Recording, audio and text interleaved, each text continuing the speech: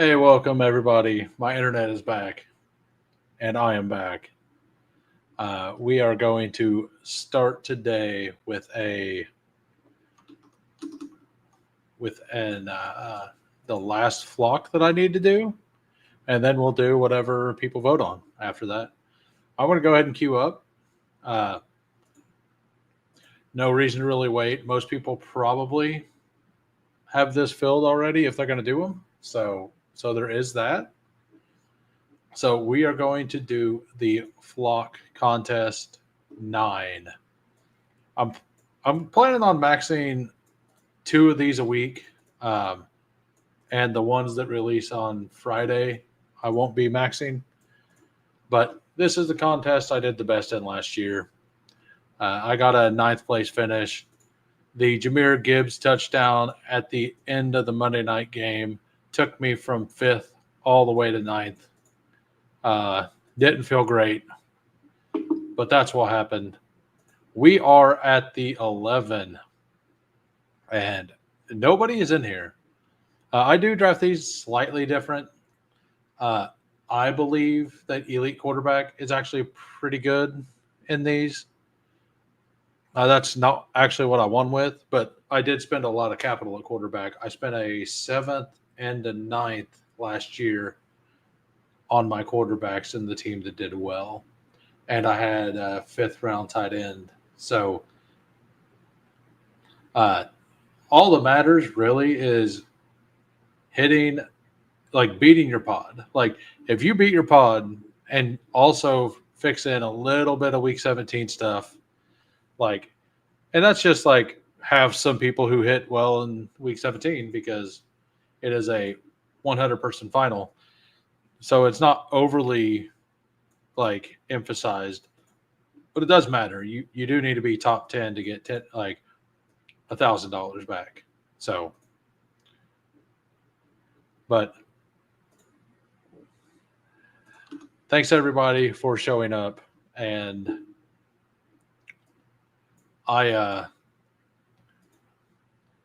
I will be live later tonight, and I'll shout it out later. But I'm going to be on Hartman Fantasy Football's channel. Whenever I get that link, I will tweet it out, and we will. I actually forgot to put this in my live streams. 1 second. Yeah, that's my bad. I forgot to put it in the Who Crew Discord. Hey, what's up, Greg? Thanks for stopping in. Yeah, I'm back in on Puka. Um, I just the more I think about it, like I still like him as a player over Nico, over Neighbors, over Brian Thomas. Even if it's Jimmy G, like I think if it's Jimmy G, Puka's still fine, and Devontae Adams is probably the one that it hurts the most. So, and if Stafford's there, I'm not really worried that they're both there. Oh, apparently I'm at the 10. I just didn't have my screen scrolled out far enough. So we have Derrick Henry at the 9. We got a checkered beginning. We got wide receiver RB, wide receiver RB, wide receiver RB. And then it goes backwards. Then it's RB, wide receiver, RB, wide receiver. Is Genty? Can we get Genty? We need. Jamie's, you ruined it. You ruined it. We could have done something super cool. We could have been together as a community, but you had to go and ruin it. How dare you? You could have just went Genty first. That's all you needed to do, guy. Genty first. And then he could have went there, and I could have taken Achan. I'm actually just taking one of these wide receivers, I believe. I have been thinking about pulling Jonathan Taylor way up. The Daniel Jones news is pretty good for Jonathan Taylor. It's so hard for me not to just take Brian Thomas when he's available. Yes, I have double week 8 bye, but I might just go double anchor wide receiver, and then build out like Kittle plus Jaden Daniels and then a couple RBs here. And I would feel really good about that, assuming that these are two of the top 7 wide receivers in the league. Like, all I would need to do is couple in a spike week with the other 5 guys. And I like building like that, especially whenever you have to be first overall. If you're on this end and you can get 2 of these guys, we have Josh Allen at 14, by the way. So JTGJ, that's harder to say than it looks. Try to say that out loud. JTGJ. Like, it took me a minute to figure that out. But yeah, we have Josh Allen at 14. Chase Brown getting pulled up the board. It doesn't surprise me that the Derrick Henry at the 9 spot and pulls up Chase Brown. That makes sense. They have a week 15 correlation for that head-to-head matchup. Good for them. Nothing wrong with that. The first quarter contest looks interesting, by the way. I am going to do some of those. I might try to do like 20 of those. It looks very fun. Like, we can go over that after this draft is over. And I have some strategies that I think could be good. Like, the problem is that the 6-person pod thing is a little weird. I was hoping. Oh no, that's the 12-person pod. The other one, yeah. So there are, like, and I'll just tell you guys right now what it is in case you're doing one right now. I think Joe Flacco is a smash pick. I think round 17, you take the quarterback playing against the Bengals.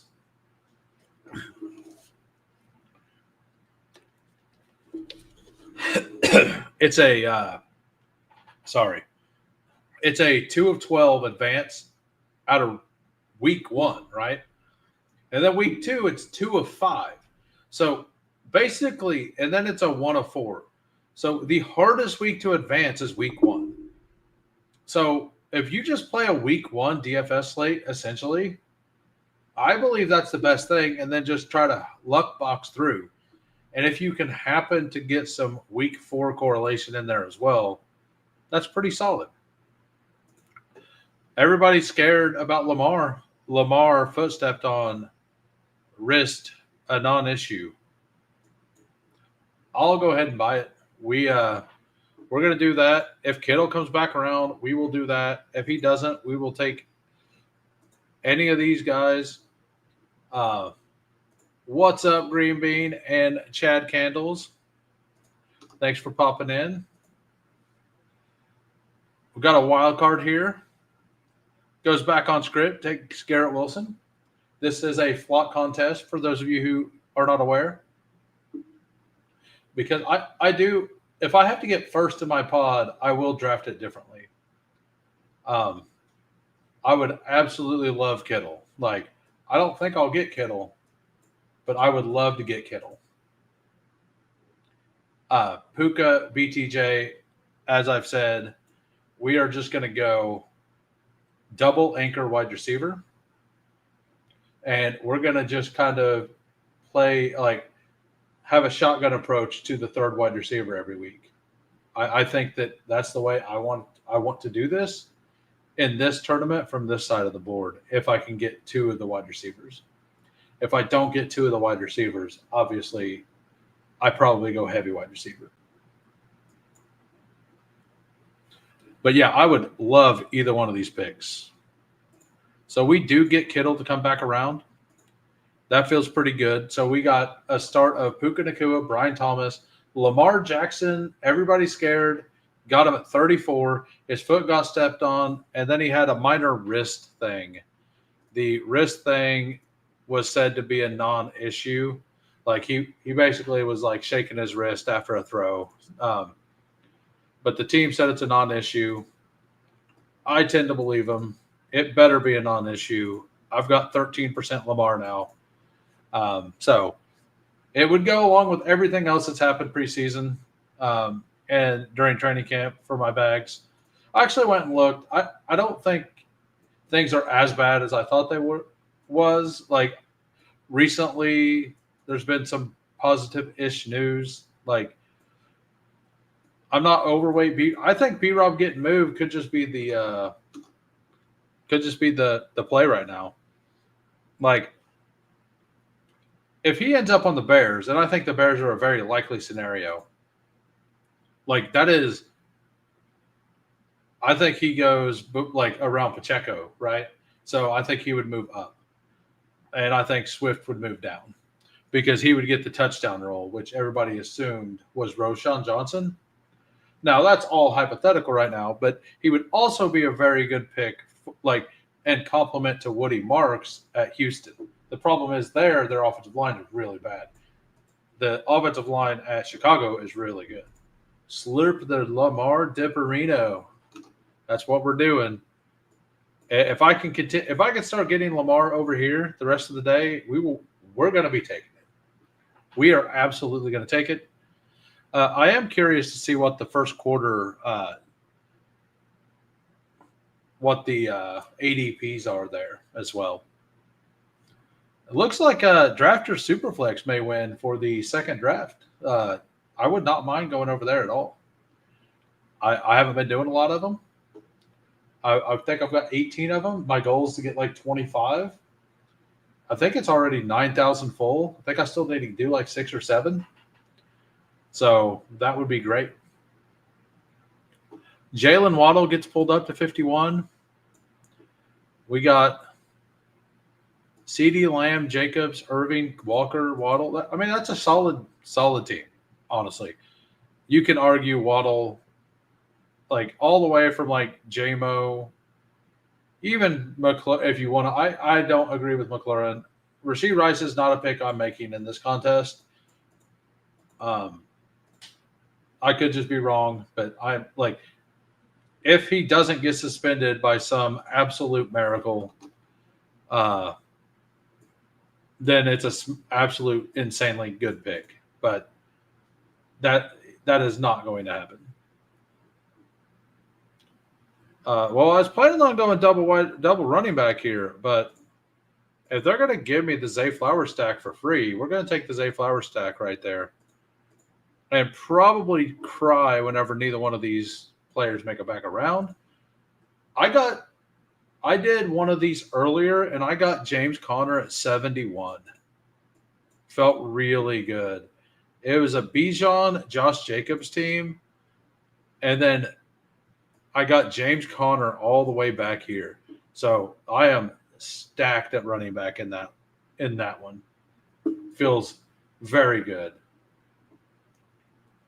We'll see if I'm assuming Jamie's is not taking. Yeah, there we go. So I got a 50-50 chance to get the pick I want. If not, like I'm not going to double tap the Jacksonville. I would if it was like a puppy or something. But with the double head-to-head, I don't really want to do that. All right, we get James Conner to come back around. So the team threw 6. Lamar Jackson, James Conner, Puka, Brian Thomas, Zay Flowers, and George Kittle. I think it feels pretty good. I was planning on getting 2 RBs there, but there wasn't really 2. Like, I could have taken Chuba, but then I wouldn't have got Conner most likely. And it's hard to pass the Lamar Zay Flower stack that far down the board, right? So we went ahead and did that, and I am not going to regret that. It does give me one good receiver for the Week 8 bye as well, because Puka and BTJ do have the same bye. Rome Odunze has been slightly falling down the board. This is kind of where I've had him rated the entire time. Behind Pearsall, behind Hunter, behind Golden, behind Egbuka for the last week and a half. Shakir goes to the wild card at 59 to the Josh Allen drafter. I'm going to assume if you're watching JT, GJ, are you a Bills fan? I assume you are a Bills fan. We got Josh Allen, James Cook, Shakir. Feels like you are a Bills fan. And honestly, like, if Shakir is healthy week 1, like, I don't like him over these guys. But he wasn't, like, Shakir wasn't going to, like, he might have made it back to you, but probably not. So I don't hate it. I wouldn't personally do it, but yeah, I don't personally like it at all. But yeah, it's like 60% of the time he would come back to you. And I've always, look, this entire offseason I've preferred Keon Coleman myself to Shakir. And like, but I do think even if you do prefer, like, it's nice to get some shares of Shakir. Yeah, like last year I was Shakir over everybody. And I had Shakir uh, as the wide receiver 1 on the Bills. And this year, I do think it's going to be Keon Coleman. Now, I didn't hit on everything, but that was one of the things I did get correct last year. We will love to get one of these guys. That's a big fall on Juwan Jennings. Caleb Johnson, like, I don't think he's looked as bad as everybody's acting like he has in the preseason game. Steve was wanting me to talk about that yesterday before I got DC'd. And I thought Caleb looked decent. Like kind of like I talked about with DJ Giddens and Martinez, how from week 1 to week 2, they looked like they just looked like they had the jitters the first week. Caleb Johnson kind of looks like that a little bit. Like maybe his vision's a little, like, it's not as good as you would expect and all of that, but I don't think it's that bad either. I think I'm just gonna, man, I don't like this now that I have Caleb because I can't take Jalen Warren. I don't want Tracy. Do I just take Hawkinson and be done? I'm going to go ahead and just take Hawkinson to be done. I could pull up Mark Andrews, but I have a lot of Zay Flowers plus Andrews. So we're going to go ahead and do that. We're just going to be done there. We will live with flexing tight end a bit. I like the RBs. I will definitely double tap RBs on the way back around. There's a couple of them I really like at 106 and 111. As we all know, Scattaboo is back on the menu. He never really left my menu. I just took shares of him at 120 instead. Like, it was pretty easy. I got a share of him at 131 and a slow a week ago. Felt awesome. What's up, Thad? People hate solid RBs but love average wide receivers in crowded rooms. Which ones are you talking about? I'm assuming you're talking about Rashee Rice again. But yeah, Caleb Johnson, like, I could have taken Jalen Warren there, but I don't like double tapping the Arthur Smith backfield, especially in a flock league where you need to get first. Like, I think Caleb Johnson or Jalen Warren needs to kind of be the guy for that, at least the guy a week. Like, I guess they could ping pong weeks. It could be fine, but I don't like that for this specific tournament. I'm already going to be weak at Puka and Brian Thomas. There we go. I kind of figured you just come in here just upset about Rashee Rice. Like, I feel like that's how Thad wakes up every morning. He wakes up from a fever dream to where Rashee Rice, like, dominated him in a single week. Like, Rashee Rice has a 32-point week 15, and he done nothing all season. And he just comes in here like, never take Rashee Rice. Never. He's a bad pick. It won't happen. I promise it won't happen. That was just a nightmare. They're going to give me him all the way back. I mean, I want J.K. Dobbins here.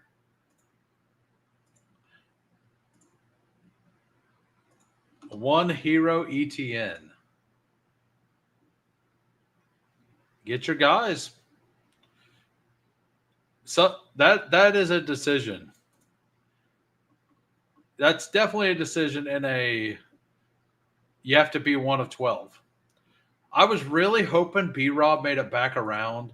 I prefer B-Rob to J.K. Dobbins there, but everybody's playing scared of B-Rob. The wild card drafter is the one that does the thing I think makes the most sense there. So I think that's a really good pick.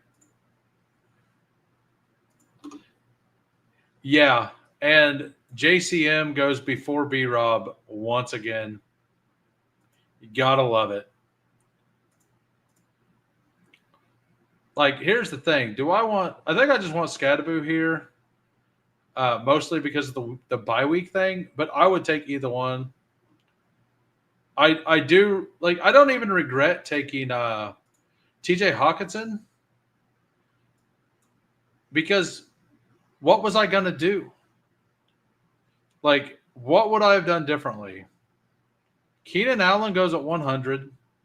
Darnell Mooney goes at 101. Loveland at 102. Kelsey at 86. Josh Allen at 14. Wait a minute. Tyler Warren at 45. Shocker. The Tyler CMC at 4. I don't hate that. I don't even hate the JSN pick. Tyler Warren at 45. That's a decision. Then Devonta Smith. And what do we need here? We need Naked Burrow. In this contest, Naked Burrow makes more sense than in others because of the 1 of 12. And then Bateman pulled way up. Then Keenan Allen. Henny Hard. I don't see the rest of his name, but in here making decisions. Best of luck, sir. What's up, Aaron Sandy, Steven WC, and I seen Steve pop in. I don't know if you heard. I kind of covered the Caleb Johnson thing. I can go back over it if you didn't hear, like what my take on it was, because that's about the time I got DC'd yesterday on that one. I thought he looked good. I don't think he looked bad, right? Like, he could just be a rookie trying to get his feet out from under, trying to get used to the speed of the game, all that stuff. The offensive line was once again not great. So I'm not really worried. Christian Kirk goes. That was going to be my pick. We just take Trevor Lawrence here. Call that one good. And you were also asking about Bashaw Tootin. I'm not really that worried. Like, I'm personally still not that worried about it. Like, if he was still going at one, like where Scadaboo does now, I would be worried about it. But he goes, you get him at like 135 to 145, right? Like, that's contingent back upside range. Like, I think it's fine. Like, I think it's perfectly fine where he is. So I think I'm just going to take Ray Davis here, maybe, and just be done at this position. I mean, I might add another one, but I'm done at tight end. This is probably a 9 wide receiver build. Like I said, I'm going to do a double anchor wide receiver with this. I was planning on not having Flowers, but he fell 58. Didn't expect Lamar to fall back to me, But hopefully one of these wide receivers can fall. Like, I would love to get 2 of those on the way back. Ray Davis, perfectly correlates my bye weeks because my number one wide receivers, both of them, have the same bye week as my number one running back. So I want to make sure that I don't have another week 8 there. And Tootin, who was my highest projected or my highest ranked player, yes, he also had the week 8 bye. But yeah, on Tootin, you were saying that you're kind of even more out on him, that you don't want to take him to like 150, 160. He's still a late season upside bet. They still spent an early pick on him. I still don't think Travis Etienne looked any good. Like, Etienne had 2 runs where he got handed the ball. He made 0 moves and got touched, didn't get touched until he was 12 yards downfield. Like, he literally got handed the ball and ran straight forward, no movement, twice. That's basically like, if Tootin would have done that, he would have exploded through those and done more. I do believe that. But like, he literally just ran right into the defender twice. So I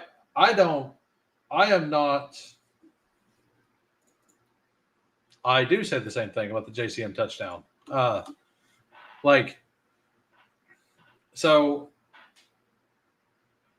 But like with ETN, like I think that Tootin, they gave him another pass. He looked fine on the pass.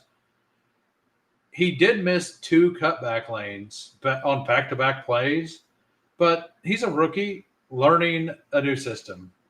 Like, if we're going to be lenient on Caleb Johnson with that stuff, like, we can be lenient on Tootin. Tootin showed okay vision to be able to see a cutback lane in college. Not great vision. Caleb Johnson showed better vision in college overall. But if we're going to give Caleb Johnson a little lenience, like, we should also give Tootin a little lenience there. Now, it could just be that he ends up not being that good. But I do think that they're going to split the backfield either way. That is something I do kind of agree that will happen.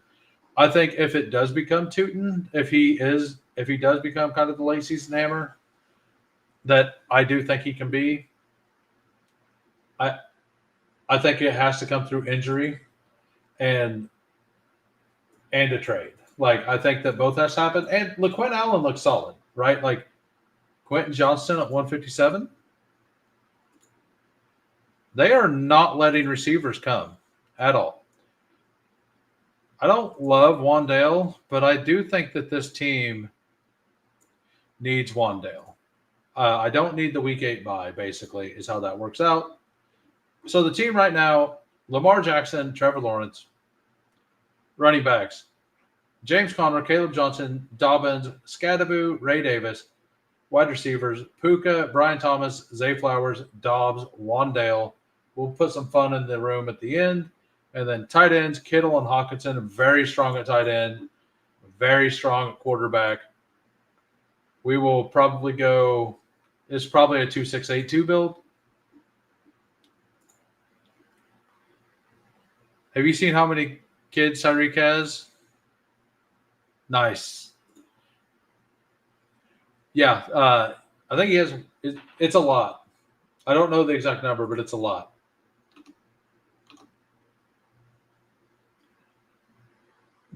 Yeah, the linebacker took the wrong angle, because he tried to cut inside when he could have pushed him out, and he got tied up in the block. But to me, that game, more than like positive for JCM, positive for Chris Rodriguez, any of that, it's that James Conner is probably the guy you need week 7. James Conner or Trey Benson could be the pick you need for week 17. I mean, it's not like the Bengals defense is going to be elite by that point. Like, and I do believe their starters were in when that happened, because that was the first drive. So I just don't. I still think he's fine to take at like 140 to 120 ish, like in all rounds 11 and 12.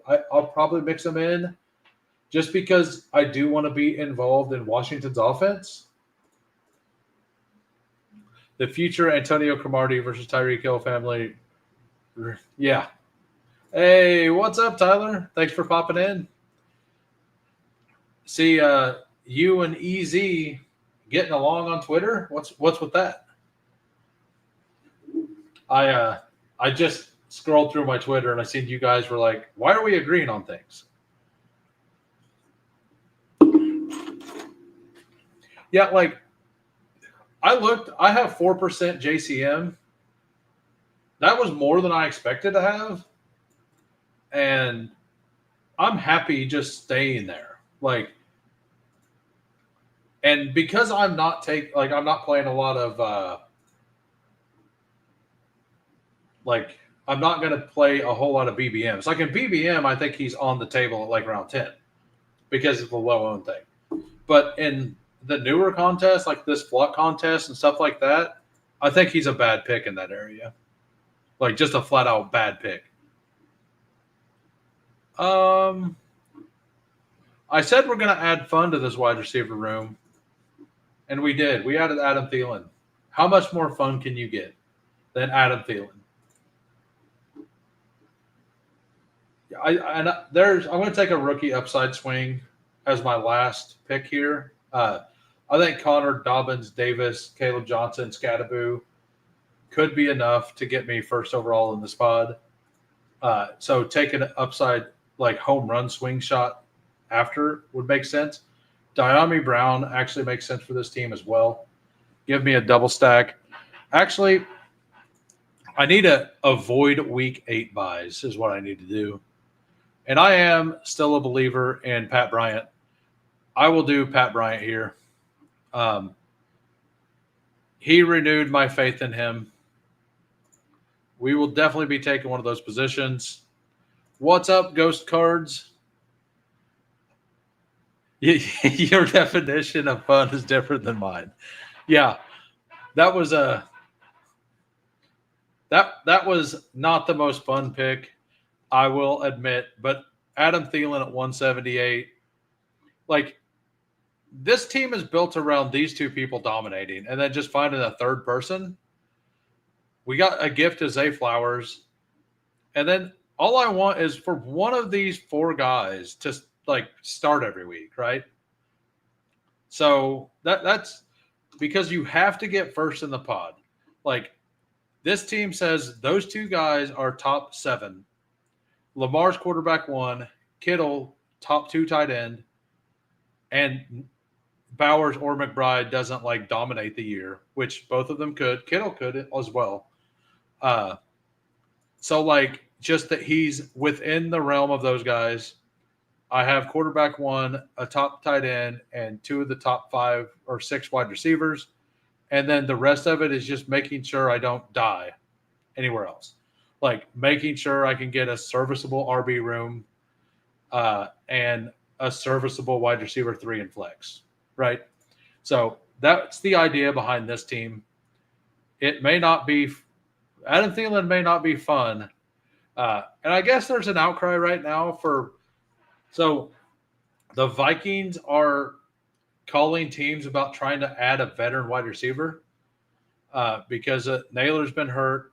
Ty Felton, I guess, isn't it. But they need something for the first few weeks. How awesome would it I'm sure they could get Deontay Johnson. But some people have thrown around Adam Thielen back to Minnesota. I don't see that happening. It wouldn't be great for my Thielen bags, I don't think, but it might be great for my Thielen bags as well.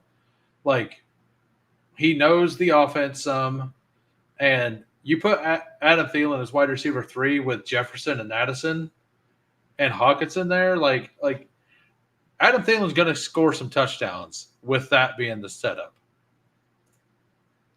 I need to move Marshawn Lloyd down even more. We're actually gonna take Adonai Mitchell, and then if Jarquez makes it back, we take Jarquez. If he doesn't,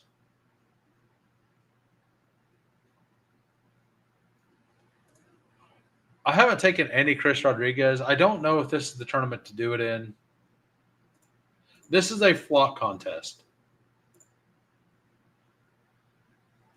You hear that? Well, I think Steve would agree that on a Lamar, when Lamar falls 6 spots, and then Zay Flowers is available in the late 5th, that Zay Flowers is a gift at that point. So we will take Jarquez Hunter. The team is a 2-6-8-2. Lamar Jackson, Trevor Lawrence. Running backs, James Conner, Caleb Johnson, J.K. Dobbins, Scadaboo, Ray Davis, Jarquez. Wide receiver, Puka, Brian Thomas, Zay Flowers, Dobbs, Wandale, Thielen, Pat Bryant, and Adonai Mitchell. There's the fun. The fun's down there. And then George Kittle and T.J. Hawkinson. I think it's solid. It's trying to win 1 of 12. Basically, like the plan is double anchor, survive, win quarterback, win tight end, and win wide receiver with one of these guys being undervalued, and then survive at RB. Not sure that that's going to work, but that's what we went with. Yeah, sure. Look, like me and Steve were both way out on Zay Flowers when he was going in the middle of the 4th round. And like the further he moves down, like I've got Zay Flowers in the 6th a couple times now, and that feels great. That's exactly how I feel. And for the most part, I'm drafting Thielen for his floor more so than his ceiling, right? So like for the teams that I've put him on, like it would make him more of a chaperone. Lamar plus Zay in the 5th is a cheat code. Yeah, it really is. I agree with this, but he's also like it's a stack, like, and stacks do matter. So the poll looks like we are going to be loading up drafters for Superflex. I'll break the tie to the drafters Superflex. Oh, the first quarter got a vote or 2 votes. As soon as I said I'm going to drafters, we got a couple votes for the first quarter. We've only got 12 votes. We got 20 watching. If you care, if you want to go to drafters to do Superflex or a mini, come vote. Right now, the first quarter is winning. While we are looking at that, we will go, or waiting for that, we will go ahead and look at this contest. So all of the eliminators you drafted, if you drafted to win early, this is the contest for you. The hardest week to advance is week 1. So this is the week 1 of week 1 formats. Week 1 brain dominates. There's a couple plays that I think are absolute smashes in this. The finals is week 4 with a 374 seat final. So the finals that is a gigantic thing. So we will need some correlation there. So my personal plan is to only look at week 1 for the week 1 brain, and then try to find week 4 correlation as well.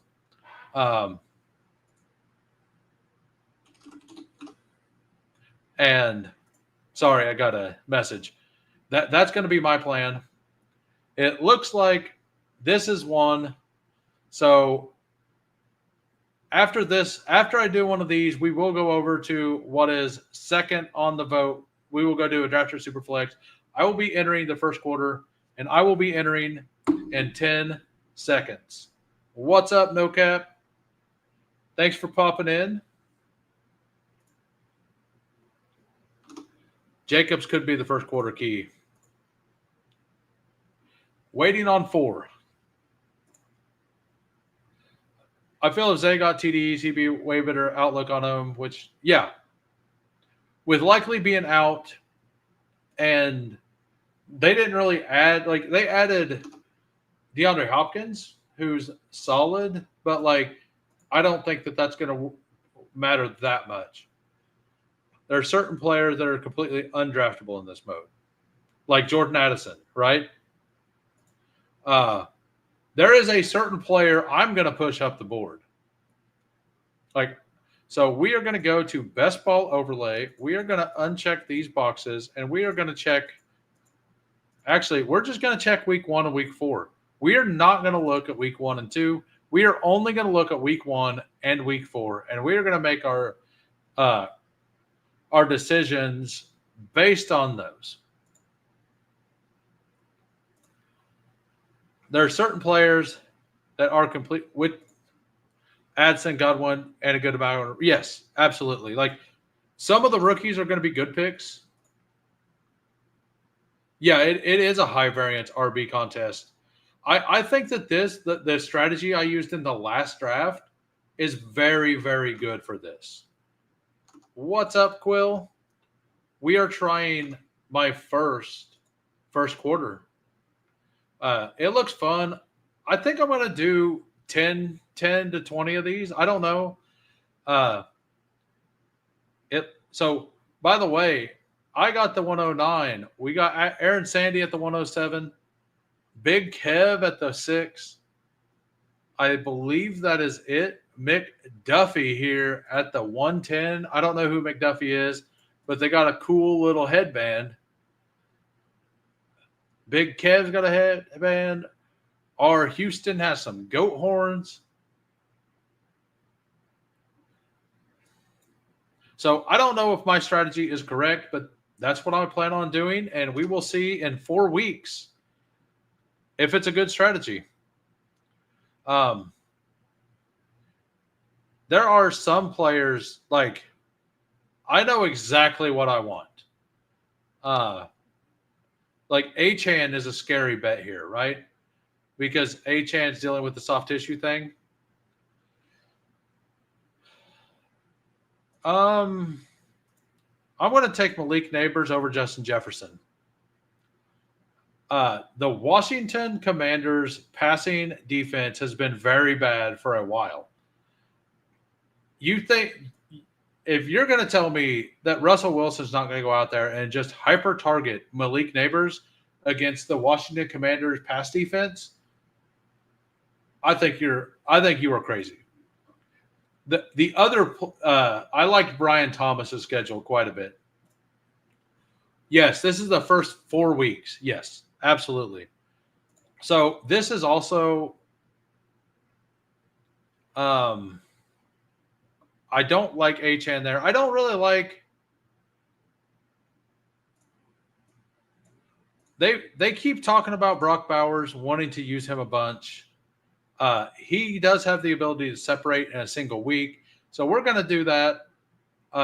Not for the week 17 bring back, because that does not matter. We're going to do that because Brock Bowers, like, either Bowers or Genty is going to smash week 1, I believe. And they play the Giants week 1, if I remember right. No, that's week 17. So, okay, they play New England, who should have a decent run game or run defense. Like, I believe they're going to have a decent run defense, and Christian Gonzalez is not going to be on Brock Bowers. So I think Brock Bowers could kind of dominate that game. This is the perfect contest for you to hammer all the vets. Yeah, it really is. Yeah, Russ to Neighbors is a really good week 1 DFS stack versus Washington. Like, I haven't really looked through this yet, like the week 1 stuff. Where's Bink King at? This is Bink King's contest. I want to see a team made up of stacks from the 4 teams of Cincinnati. So something I'm going to just tell you, I'm going to target Joe Flacco in these. Like, I'm going to target Joe Flacco versus the Bengals, and they get Detroit. Like, I mean, I guess I can go ahead and add in the other 2 weeks. It won't hurt. I guess Baltimore Green Bay is also not great, so maybe not. Trey McBride all the way back. I mean, Marvin Harrison gets to play against all those teams. Hampton has a pretty rough schedule, and he might start slow.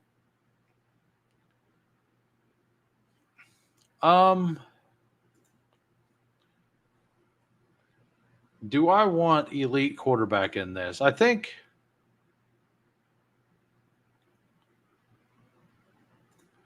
actually think I want JSN here. The San Francisco, like the Pittsburgh week does kind of suck, but San Francisco, like the hardest week is to advance out of week 1. It's a 16% chance, and then it's a 40% chance, and then a 25% chance. So, I mean, I guess you could just kind of remove the 40% chance from it and just kind of play variance there and then try to build out through this. Maybe that's the right one, because the 40% advance to me, like, yes, you can lose, but it's going to be harder to advance through the other 2, and then this is where all the money's won. And getting a team to the finals is only $50. I haven't done the total math to see how much that would be. Travion Henderson plays Carolina in the championship week. Sign me up.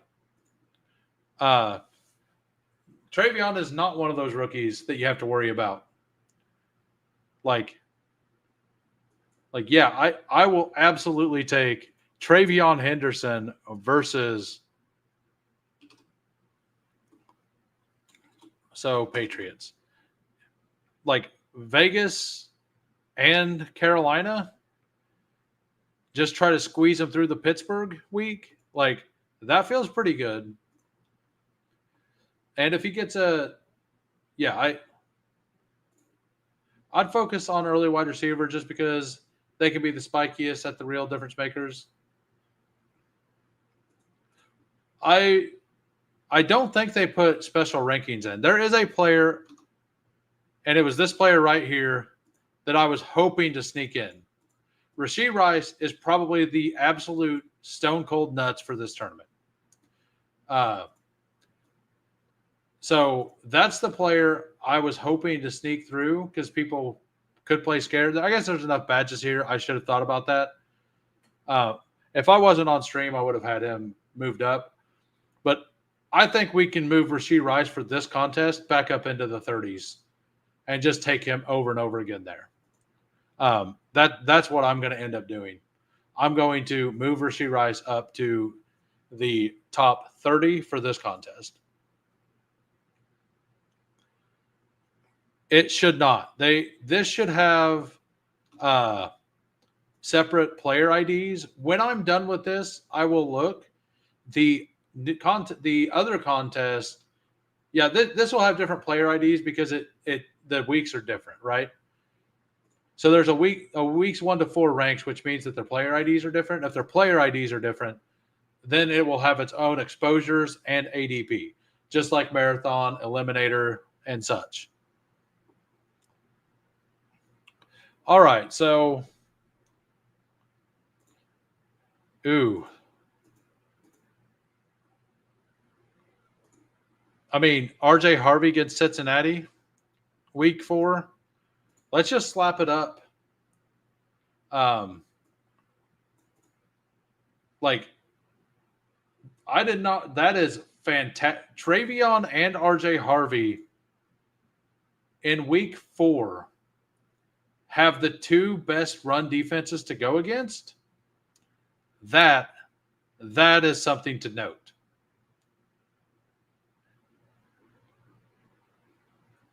So I would love a Ricky Pearsall here. The other thing is, this specific contest, there are 0 buys. Yeah, we will take Ricky Pearsall, who plays Jacksonville the last week. Seattle could be rough. I do agree with that. Witherspoon is no joke, right? But I also don't really want to have heavy team stacks in this. Maybe that's wrong.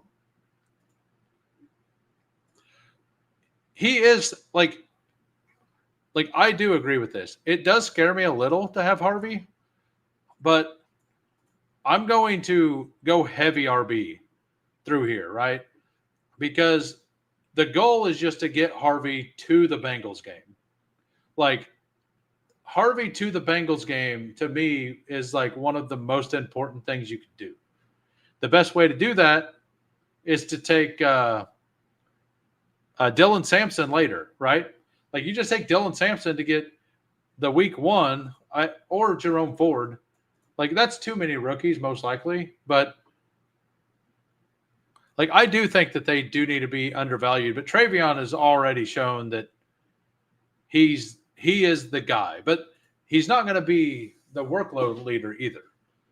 I just want the Carolina matchup, right? I might find, and that's solid as well. I'm going to do several of these, so I don't mind doing something like this in one of them. The I I the Cincinnati, like Cortland Sutton's probably up in my ranks on this. Evan Ingram's probably up in my rank. Bo Nix is probably an absolute smash. Uh, Marvin Mims is probably a really good pick. I would love Jerry Jeudy here. I would absolutely love Jerry Jeudy. You get Cincinnati week one. That doesn't happen. So Addison's undraftable. I would take David Montgomery for sure. Because I think that if they're going to increase Gibbs's role, it'll happen throughout the season, not week one. Maybe I'm wrong. Maybe I'm a fish there. But we're going to go ahead and take DeMont. And like, I don't love the schedule, but it does give me a guy like an adult in this room. And they could be so far ahead against Cleveland that they don't want Gibbs out there anymore. And that they just have DeMont in there dominating, right? Yeah, Ford seems like a very good play in this. Cincinnati week one. The other player on that team is a rookie. It feels very, very good. So, what do I want to do here? Wide receivers. It's probably Keon Coleman for me. What other? Actually, it could just be Jaylen Warren, right? Like, I think this is the contest that Jaylen Warren probably is deserved to be up here. So we're going to go ahead and Jaylen Warren it up on this one. I also don't love these matchups, but we're just trying to make sure we get these two guys to the last week. I do think that Travion has an awesome schedule altogether. And I think Neighbors, JSN, Ricky is a solid start. And we have Bowers, right, who has Washington week 3, which is awesome. And Bowers, the matchup probably doesn't matter as much. Too bad Bowers doesn't play KC early because KC was not good against tight ends last year. So let's actually look at that. I think KC was the second worst, like second or third worst in the league against tight ends last year. So Mark Andrews is a fantastic. So week 4, KC plays the Ravens. So Mark Andrews is probably an awesome pick. Like a really good pick for this. Who else do they have? Buffalo, Detroit. I don't think Buffalo was that great either. And Derrick Henry, week 1, plays against Buffalo. Buffalo had a very bad run defense last year. They tried to improve it this year, but we don't know if it is or isn't yet. Would you handcuff a backfield in this? No, I would not myself, because it's only 4 weeks. So I don't think you would want to in a 4-week thing. Maybe I'm wrong. Yeah, like Ingram. Yeah. Yeah. I mean, basically all Broncos are on the table in this. Absolutely. And Cooper Kupp gets San Francisco week 1. I don't really want to double stack anybody though.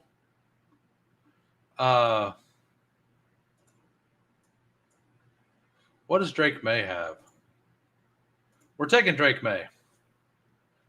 You got Vegas week 1.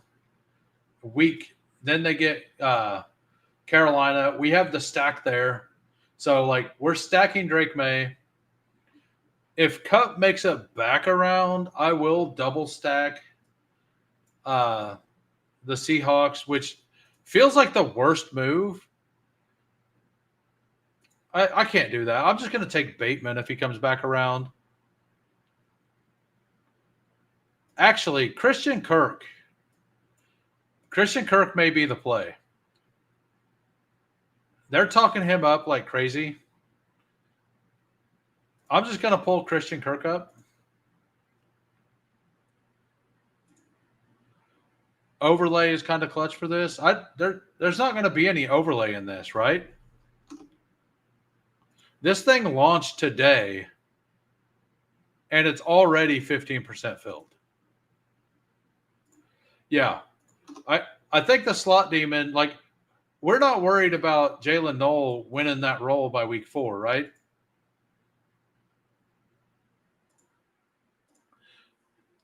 That's right. Get those olds. I'm not here to win. I'm just here to impress Steve. I hope you're here, Steve. I hope you've seen me get the old. I drafted the old way before ADP. I hope I'm in your good graces, sir. Yeah, Hawkinson is absolutely a smash. And Jefferson probably is too. And I might have should have taken him, but man, like the neighbor schedule is pretty nice. Like you want to make absolutely sure you get through week 1. And Washington week 1 feels awesome.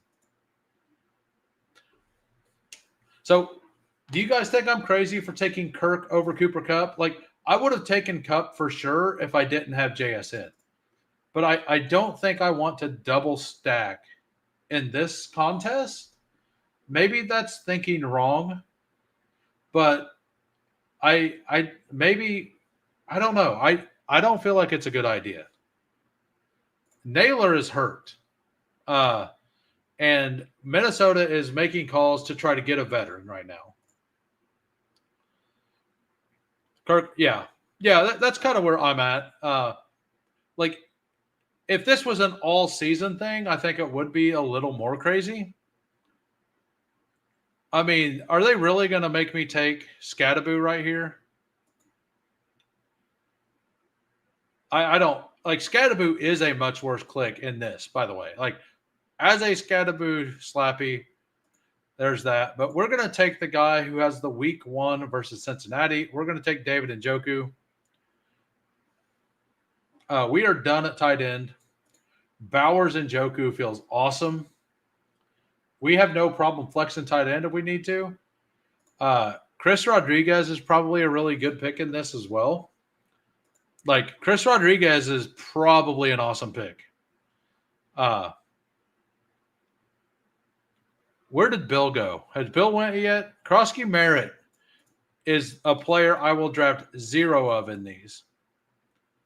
Like, in this specific, I don't like him at all.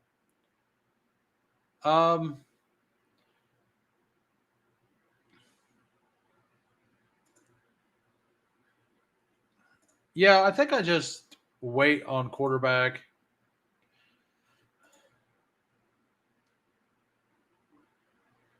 Uh,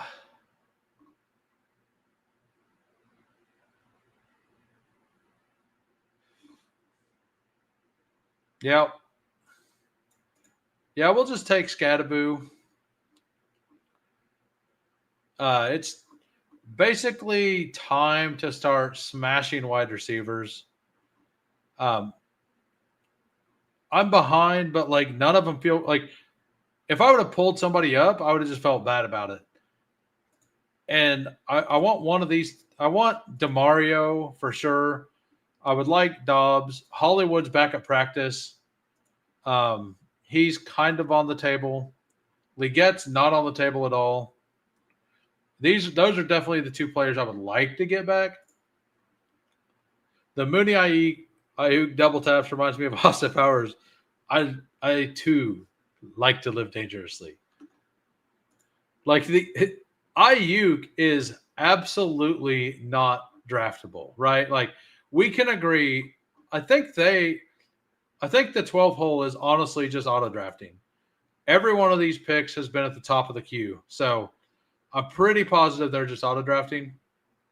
Yeah, I could have fun and draft some Thielen. Or do some Coker. Yeah, I don't know. What are you guys thinking? Are you having fun with this? I'm going to end the poll and start another one.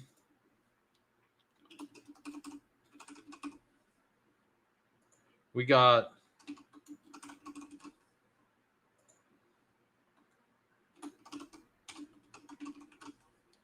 all right. We are back on the clock. I mean, if Stroud comes back, we just take him, right? We got the slot demon. Like I wasn't planning on taking Stroud there, but we'll just he's just out here living his best life. I could live a little and take Carolina guy. Yeah, I did not expect this. I'm not saying my team is great, but I think it is better than some of the teams that have been drafted in here, right? I kind of need Thielen here, I think. So hopefully McDuffie doesn't take Thielen. Man, we are having fun now. Look at that. We got Christian Kirk and Adam Thielen. Talk about fun. Adam Thielen and Christian Kirk. And okay. What are these called? First quarter? I'm actually really liking this. So I'm adding it to the poll for the next draft. Another poll up for what we draft next. If it's remotely close, I will go over to drafters. There was a lot of votes on drafters, but the votes over there were mixed. Also, if you can only draft on drafters and you're in the chat, say something. And if a lot of you can only draft on drafters, I'll go over there. Like I have no problem with it. This team does scream Russ. That's kind of why I went ahead and went Scattaboo. Like Russ and Flacco are fantastic picks for this. And they're probably free down here at 201. So wide receiver, quarterback, and another running back. I can only somebody's a liar. I can only draft on drafters. Thanks, Ghost Cards. And by the way, I'm never calling you Go Arizona Cards again. You are forever known as Ghost Cards in my book. Other people can do what they want. I think it's absolutely hilarious. So that's what I'm doing. Man, that is ugly.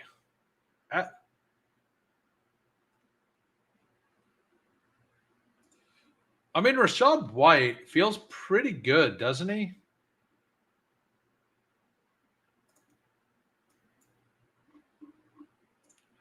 Um,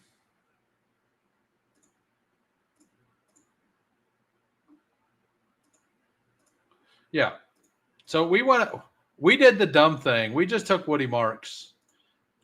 Uh, I don't like it, but I went ahead and did it. I didn't like any of the picks here, like none of them at all.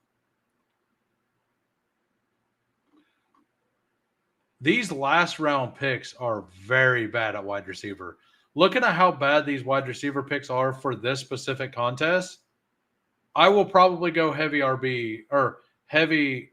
Make sure I get 3 studs from now on.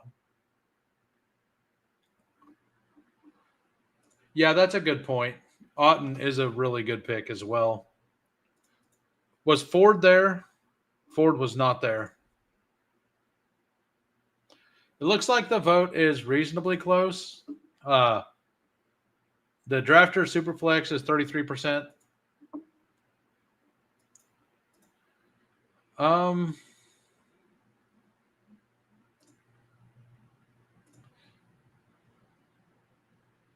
I think we just go ahead and take Russ here. Or, we'll take Yoshi. Yoshi's going to have a role early on. The Bengals aren't going to be able to stop anybody. I honestly don't like this team. But I've not taken any time to think about it. And, like, the Torrey Hortons don't feel good to me in this. Dante Thornton doesn't feel bad because they do have him on the field every play. Io Manor is a bad pick, probably, in my opinion, for this.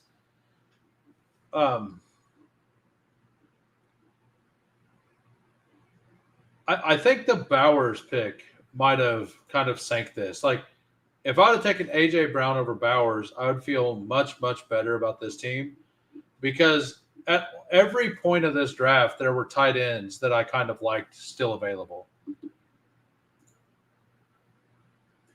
Where is Joe Flacco? So I'm fine with either one of those. So I want to make sure to get another wide receiver here that's going to be on the field. Josh Reynolds makes sense. Kavontae Turpin could be fine. I mean, they're resting him with the starters. The bye weeks, absolutely. Tyler Lockett's probably a really good pick for this contest. This is your Tyler Lockett contest, Steve. Go get your Tyler Lockett.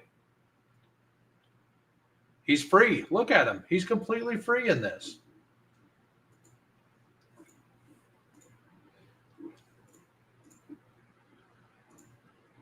Meanwhile, in New York,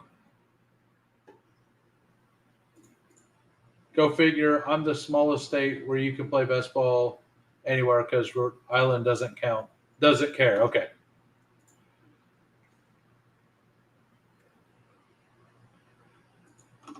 Yeah, like there's no guarantee that it does happen later in the season, right?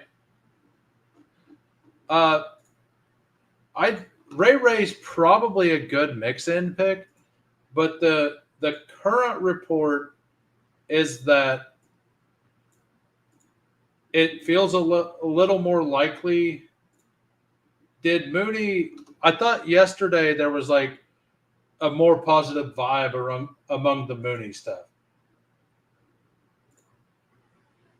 Okay, yeah, I did. Was there? Did I miss Mooney news today?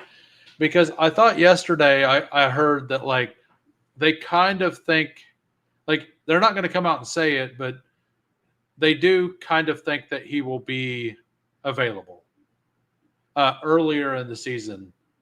And like if Mooney comes back week 3, like that's really bad for Ray Ray in this. But I mean, if you get a week out of him in the last round, it's absolutely worth it. Yeah, Schultz, because I think Cade Stover could take over by the end of the year, but not early. All right, we got a 3-6-7-2. Tell me if you like this at all or not. I don't know if I do. Drake May, CJ Stroud, Russell Wilson. Running backs, Travion, RJ Harvey, Montgomery, Jalen Warren, Scadaboo at 136, and then Woody Marks. That's the pick I don't like. but I think he's going to have a role, and it's a stack with Stroud. Wide receivers, Malik Neighbors, JSN, Ricky Pearsall, Christian Kirk, Adam Thielen, Yoshi Turpin, and then Bowers and Joku. I think it's fine. I do think that he's not suspended yet, but he's supposed to be suspended. Like, everybody's upset about Rice not being suspended yet, but Demarcus Robinson should definitely be suspended, and there's been no talks of it. Let's go over Aaron Sandy's team and see what he did.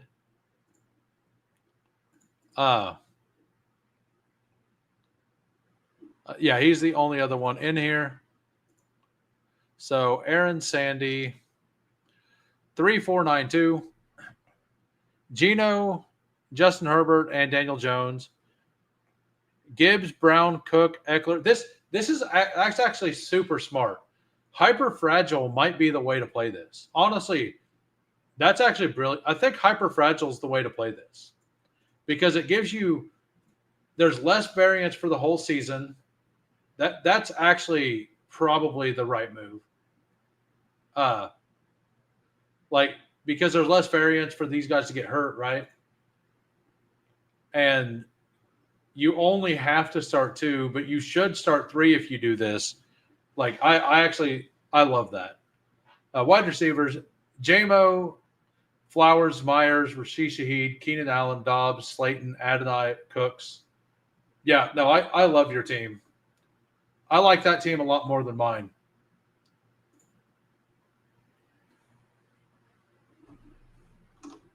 You mean this? Spazzing out like this? It's from gaming. Like I just spin it around. Those poor RB getting highlighted nonstop. Yeah. Yep. You're welcome. It looks like everybody wants to do first quarter again. We will go to completed. Okay, so did that happen just now or today? So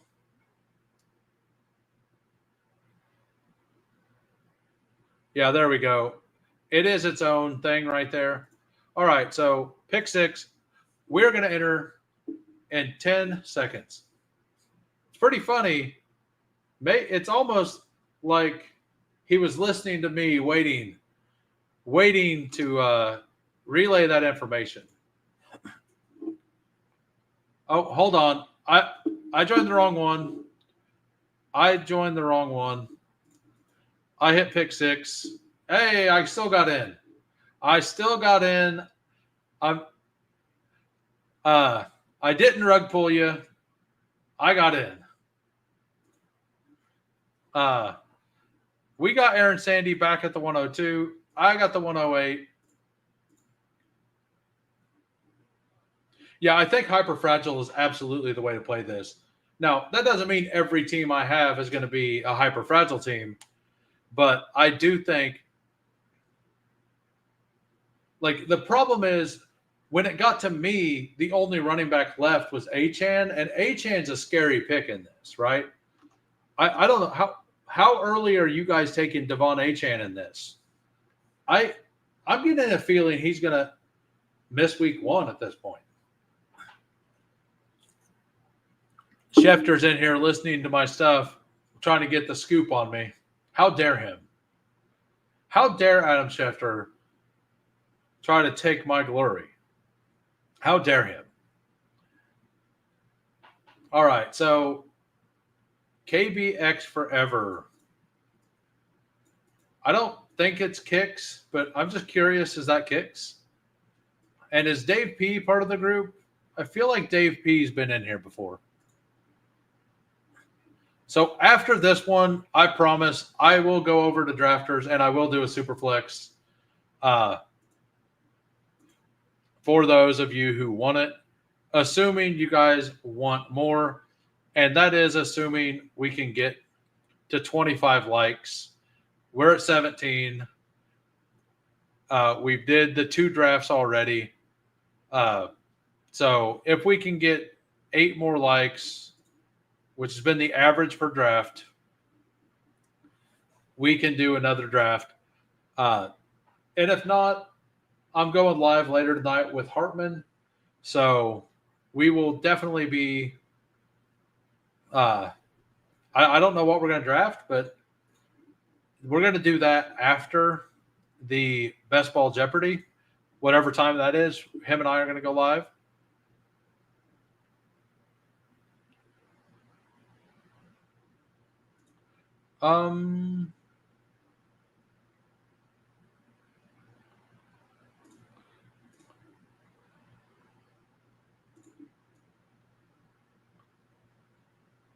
We'll take Genty. We're just going to pull up RB here. I don't think that the week 1 versus the Patriots is the best matchup for him, but he does get the Commanders.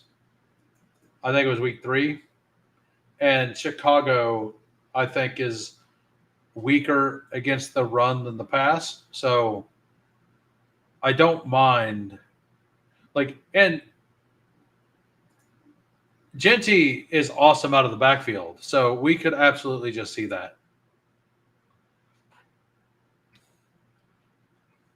Yeah, I like this contest. It's a really cool contest. You don't have to wait as long to get your to possibly get some money back either. Like Hyper Fragile could just be 3 RBs out the gate, right?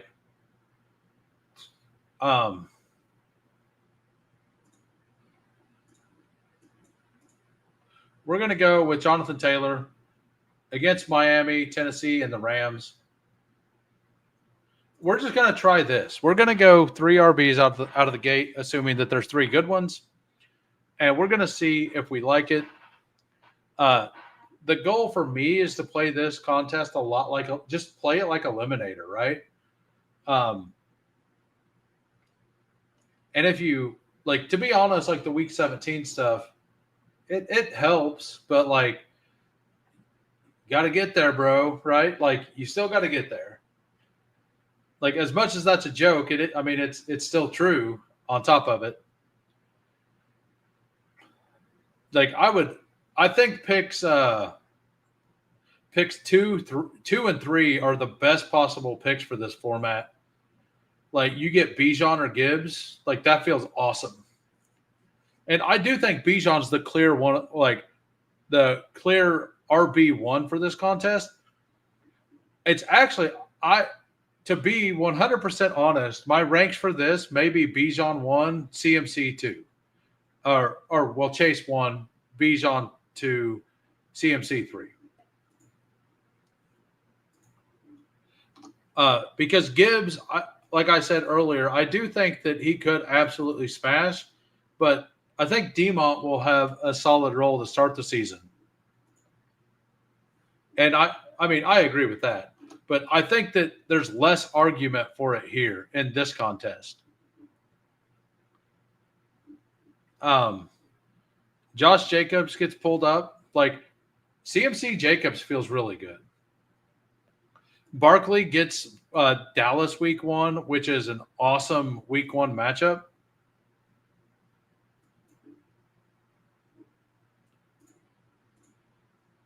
I bet Bijan plus 14.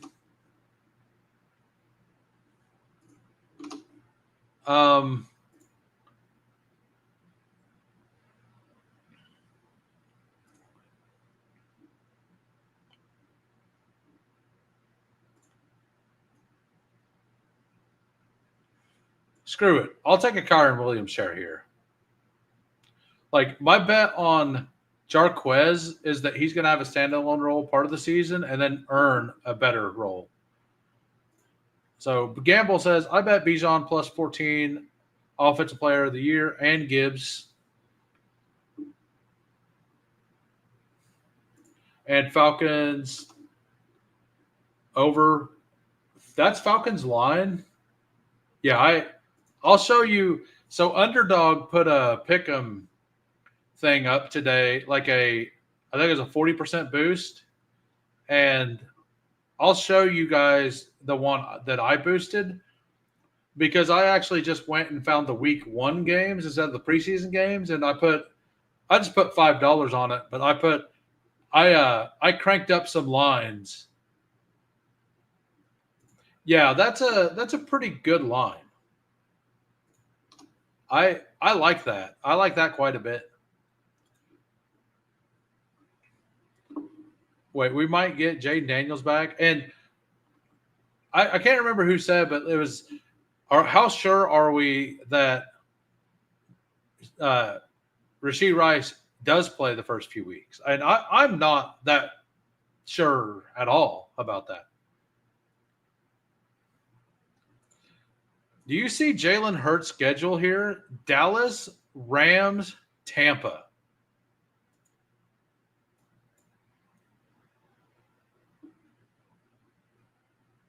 All right, so we will share this tab. Where is it live? There we go. So this is what I did. Kenneth Walker against San Francisco. I scooted the line up to 99.5. I moved up Tet McMillan's against Jacksonville, his line up to 80, and then Tyler Warren for a touchdown, a $5 entry. And then I flexed it. Since I boosted the lines, I flexed it, and the $5 entry pays $112.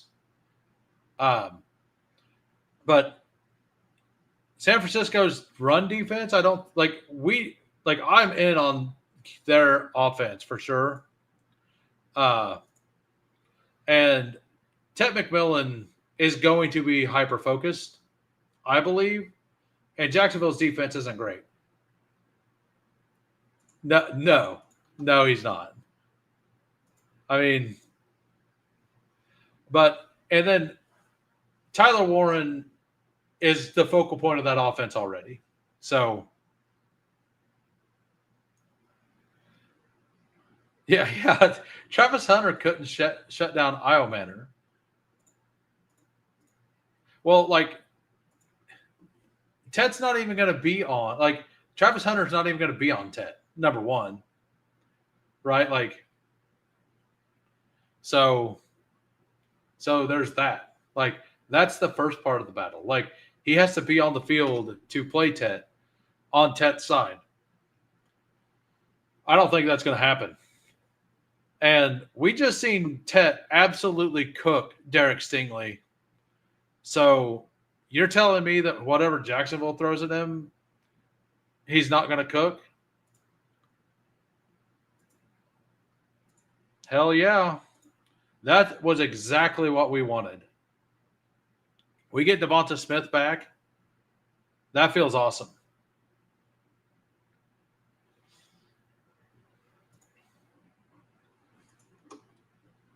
Yeah, okay.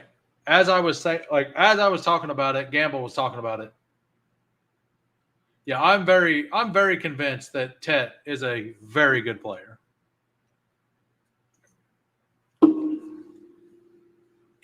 I did put some more money on DK today.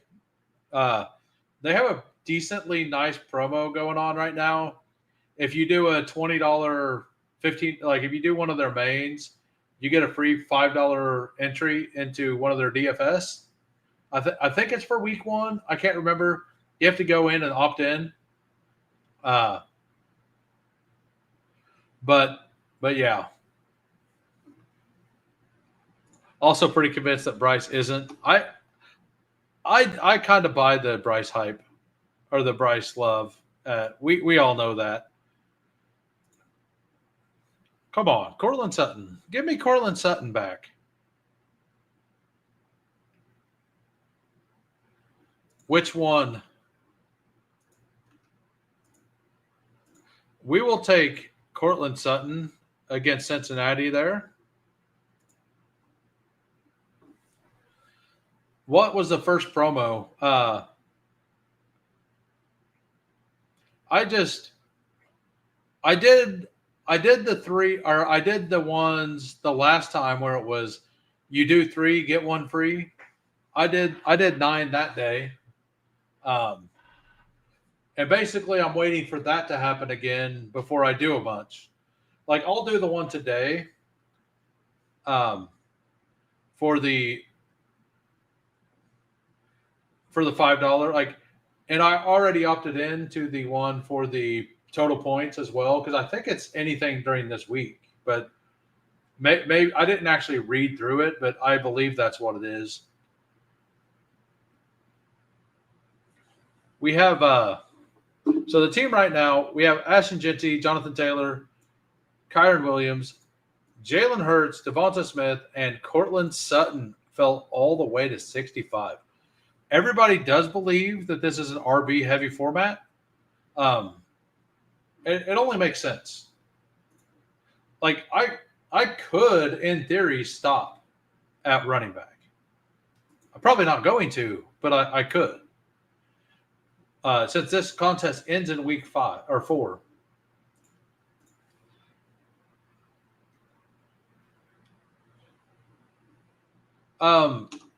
I've done 1 or 2 of the promos that they put out. The first one for this, because they had a best ball week last month, and I did the promo 2 of the days, and the one this month, I haven't thought any of them were very good. Like for somebody who's not planning on maxing the contest, it wasn't like, oh, I need to absolutely make sure I do this.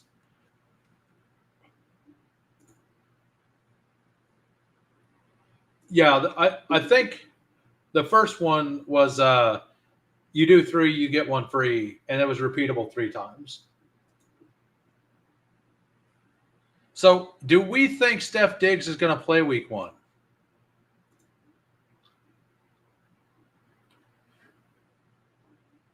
Do we think Steph Diggs plays week 1? I still believe he will. Maybe I'm wrong. I think at this point, like, there's no reason to not at least try it. What's the best way to attack this contest, says DQ? To be honest, I don't know.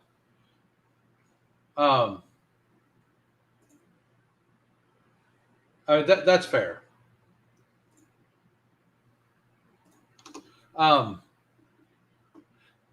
I think that hyperfragile is the best way. Because the whole 0 RB thesis is something bad's going to happen throughout the season.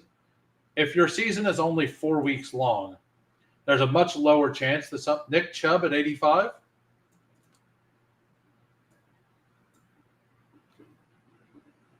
Okay, Derrick Henry, Achane, Joe Burrow, Egbuka, Harvey, DJ Moore.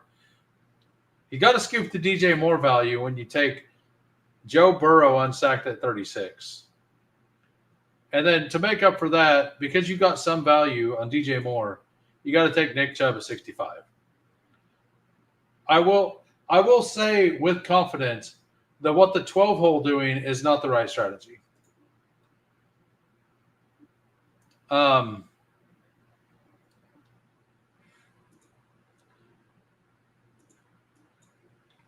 think Coleman's a good pick here. Did Tyler Warren go again already? Tyler Warren, 73. Like, Tyler Warren is a smash. Like, I don't know if he's that much of a smash, but he's a smash. And Kelsey probably, if Rice ends up getting, like, if he takes a plea or a suspension that starts at the beginning of the season, Kelsey and Hollywood Brown are insane picks in this. All right, so the team right now, we have Ashton Genty, Jonathan Taylor, Kyron Williams, Jalen Hurts, who plays Tampa Bay week 4, Dallas week 1, and week 3 he plays the Rams. Like, I think he's going to crush all those defenses. Although the Rams got smoked last year by Saquon, not by Jalen Hurts. I bet that they try to shut that down and get beat through the air. And then we got wide receivers: Devontae Adams, Cortland Sutton, Diggs, Coleman. We have a Cincinnati piece here. We got a stack, and then some shots. And this team feels a lot better. And I basically I'm still doing the same thing with wide receivers, but some of them fell, right? Like in the last one, all the wide receivers were going way early. Like I went 2 wide receivers, and then no, it was all the running backs went early. All I know is my plan didn't work out. Pacheco goes a lot earlier in this. Or no, I guess that's kind of where he goes. But I think Pacheco needs to be moving up the boards quite a bit. Like, I think it's pretty obvious that it's not going to end up being anybody else with competition to him. So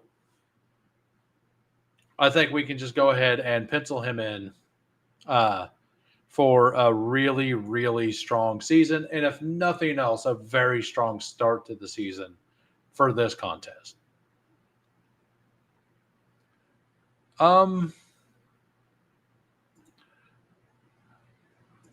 Says the Chiefs homer. Absolutely. I mean, I've already told you to take Rashee Rice. Now I'm telling you to take Pacheco. I promise you, I will also tell you to take Xavier Worthy. Just so we're being completely honest.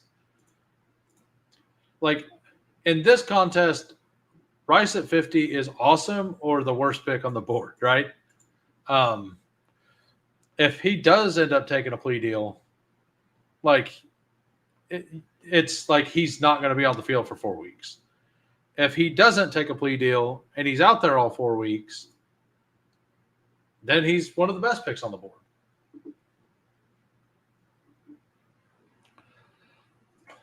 I think I'm just going to punt tight end on this build completely.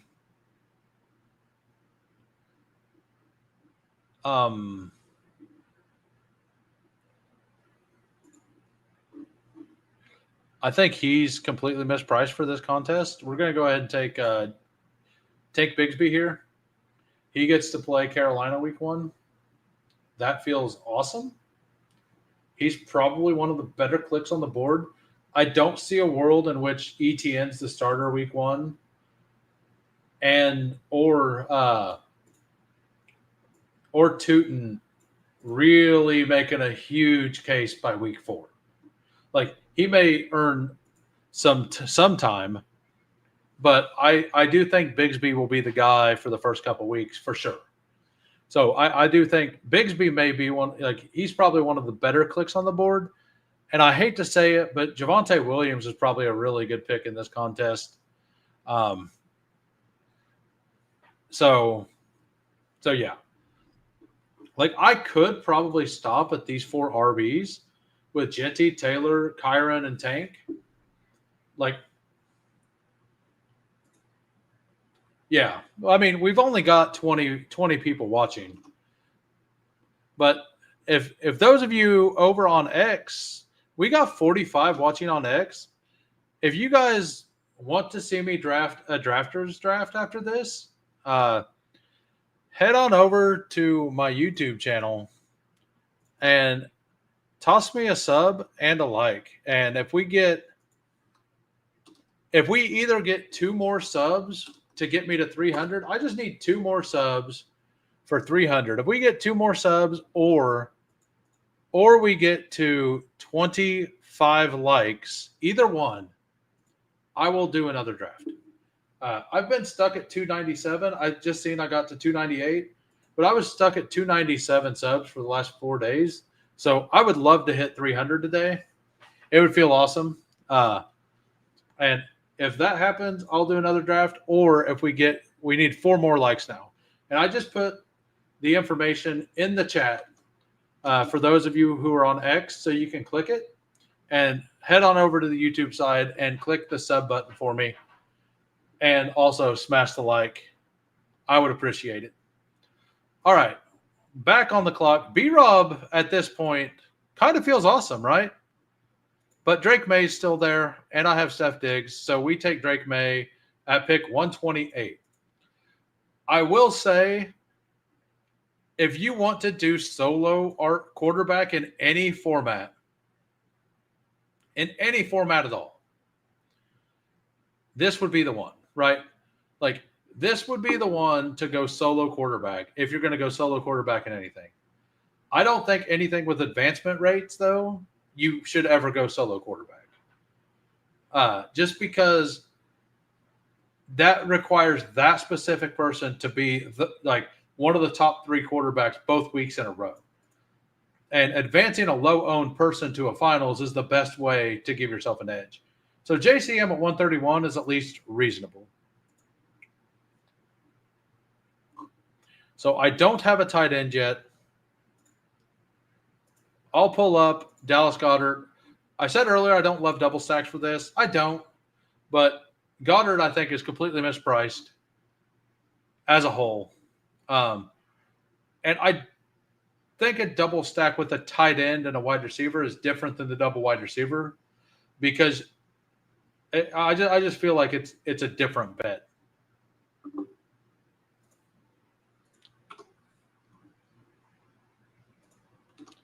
We got to 25 likes, and we're still 1 sub away. But we will be doing a Superflex Drafters after this. Thank you, everybody, for getting my likes up. I appreciate it. And 1 more sub, and I hit 300, and I'll hit both goals. So Goddard feels awesome there. The team right now, 2, 4, 5, 1. Hey, thanks, sir. We got Jalen Hurts, Drake May. That is like a dream scenario there. Drake May gets Carolina week 4, and Hurts gets Tampa Bay and Dallas in it. We got RBs, Ashton Genty, Jonathan Taylor, Kyron Williams, Tank Bigsby. That feels awesome. Wide receivers, Devonta Smith, Cortland Sutton, Diggs, Coleman, Shakir. Tight end, Dallas Goedert. And for those of you who are just joining, because I see a few of you have just joined, this is called the first quarter. It is only weeks 1 through 4.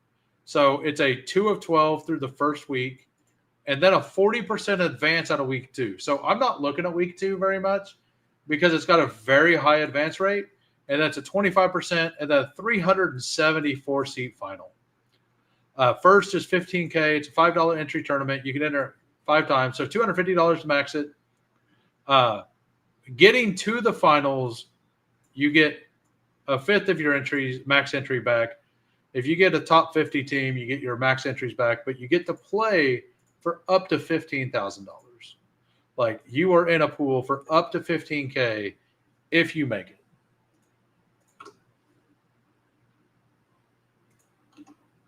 All right, so we got I'll take Pitts if he makes it to me. Tampa Bay, Carolina, Washington, like that feels like Bijan may just be the 101 in this contest.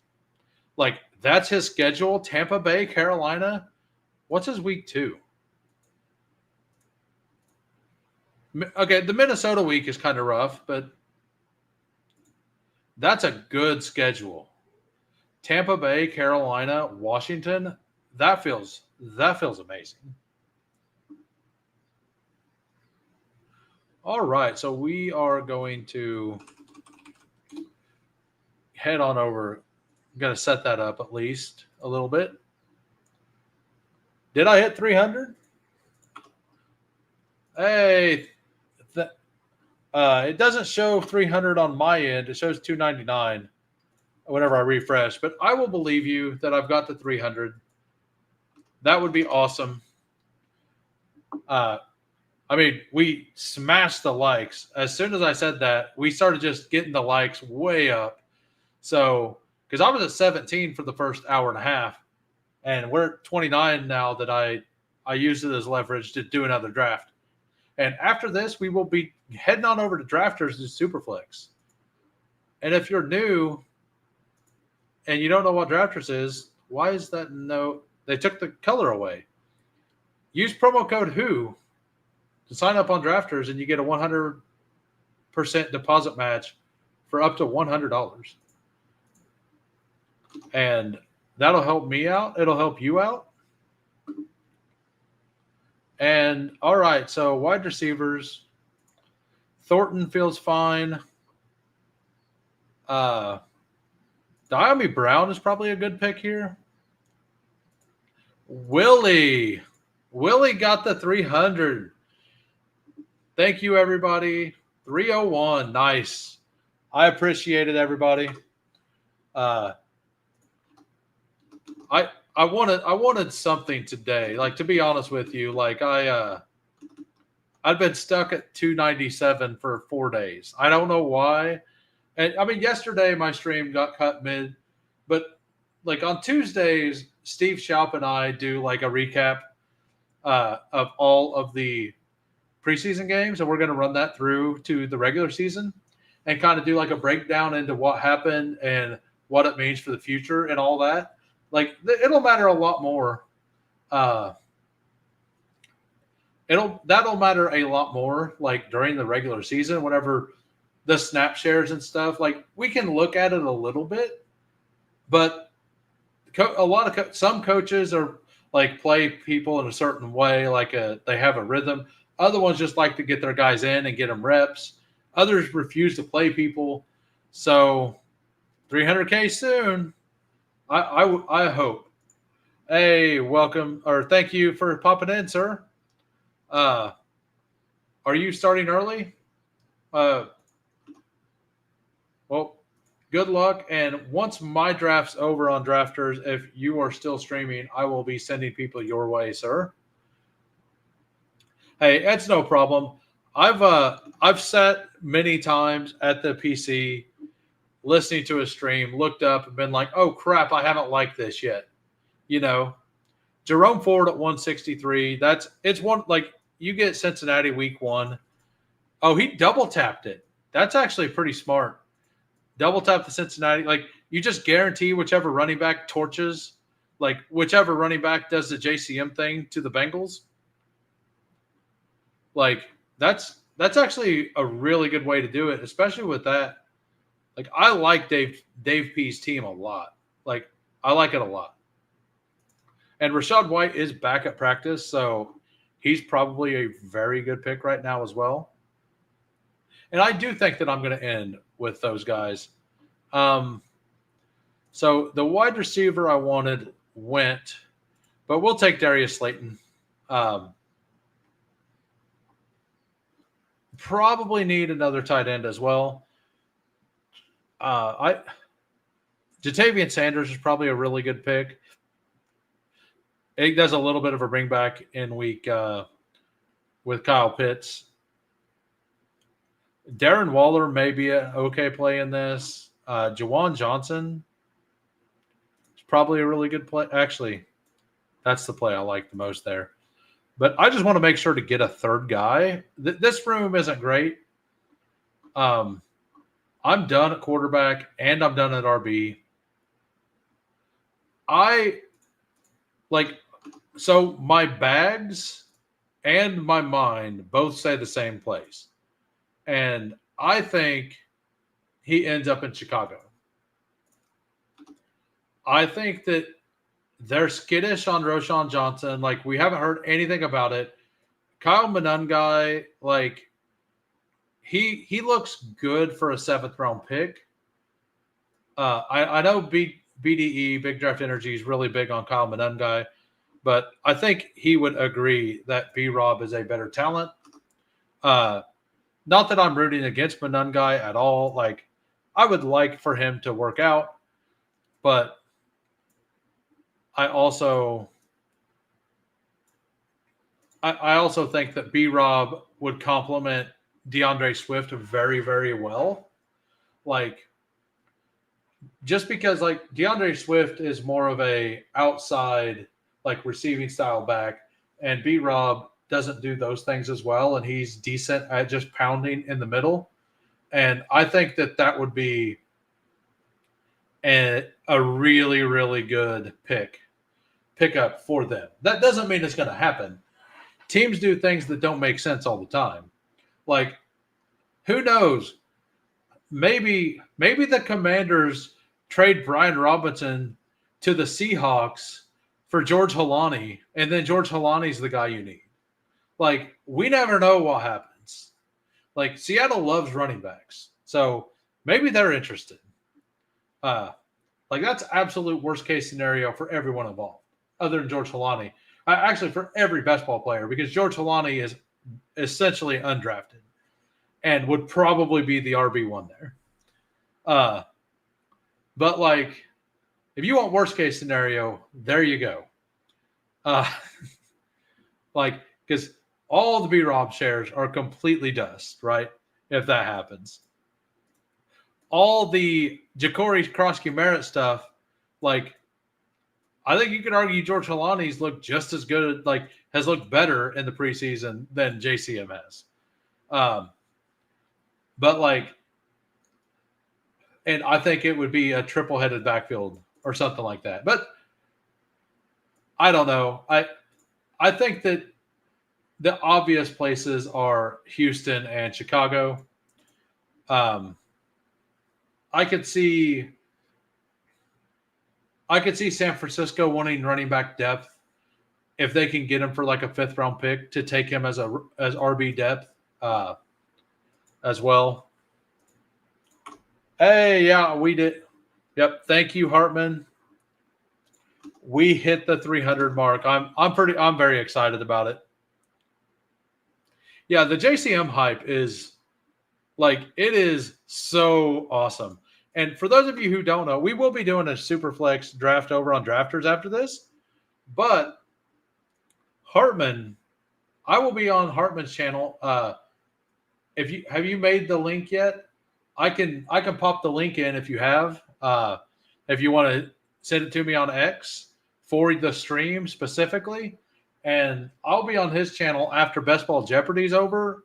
I think he wanted to wait till Jeopardy was over. But yeah, like, I will be over there for sure. Whenever he wants to go live. You know, I like Tyler Higbee. We're going to do that. Yeah, so at the end of the stream, I'll pop that in.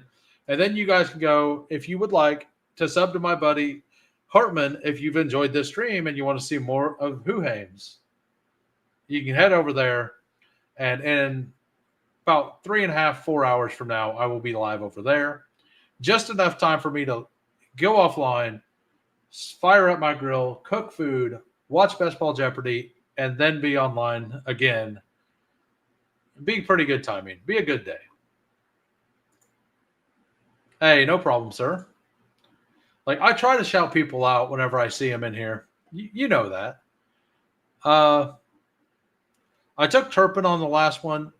Tyler Lockett's probably a really good pick for this contest. Zay Jones is probably a good pick. From what I hear, he's beating out Michael Wilson. And we don't need to go down the Michael Wilson rabbit hole again. Troy Franklin is also a good pick for this. He gets Cincinnati week 4. And I do think that we're still going to see, like, the thing about the Titans is Houston's defense is insane, and that's who they play week 4. So, and they play Denver's defense week 1. So for this contest, the Titans don't feel great. I think Troy Franklin's the pick here. So we got a 2-4-9-3 here. We got Jalen Hurts, Drake May, running backs, Ashton Genty, Jonathan Taylor, Kyron Williams, Tank Bigsby, wide receivers, Devonta Smith, Cortland Sutton, Steph Diggs, Keon Coleman, Shakir, Diami Brown, Darius Slayton, Jalen Coker, and Troy Franklin. And then tight ends, Goddard, Pitts, and Higbee. I like this team a lot more than my previous team. A lot more. Did he? What? I will look this up.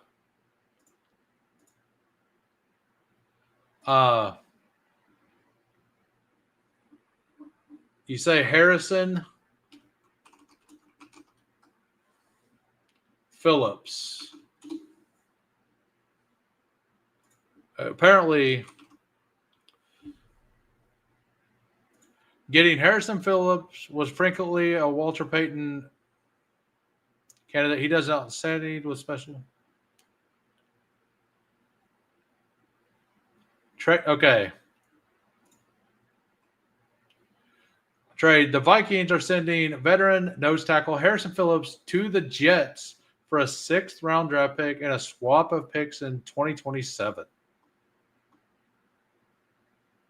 Nice. That's the Jets needed more of that, I guess. We will go back over here and we will go through Aaron Sandy's team, and then I will actually. So I'm currently joining the Superflex on Drafters, by the way. And while this is filling, I will go over Aaron Sandy's team from over here. All right, so Aaron Sandy at the 2-hole. Kyler Murray, Jordan Love, Daniel Jones. Running backs, Bijan, Bucky, that's an awesome start. Tony Pollard, very rough schedule, but could be good. And Javonte Williams is probably a really good pick for this. Wide receivers, Ladd, Terry, Rashi, Golden, Downs, Douglas, Dobbs, Pierce, Zay Jones, and then Chig and Taylor. I would have added a 3rd tight end over Zay Jones, but I think your teams have looked really, really good in this. I think you found your format, guy. I really like what you're doing in these. I would have added another tight end, but that's just me. It could work. We are waiting on 6, by the way.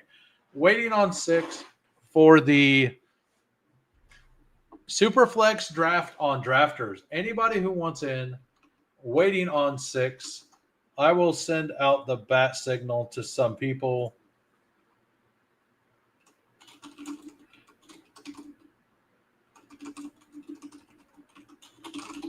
At least get Broad in here. I assume Broad's available. I haven't seen any other news. So apparently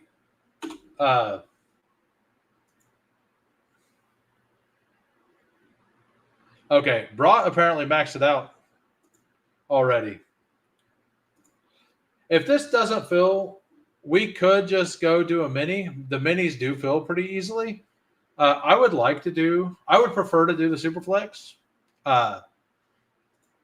And I want to thank everybody who took the time to come over from X to sub.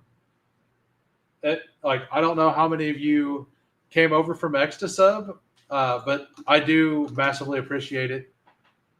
And stuff like that will allow me to be able to stream more in time. You're at a $20 or you join. I'm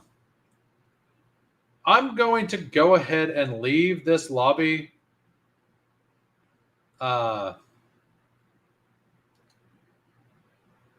It doesn't look like it's going to fill.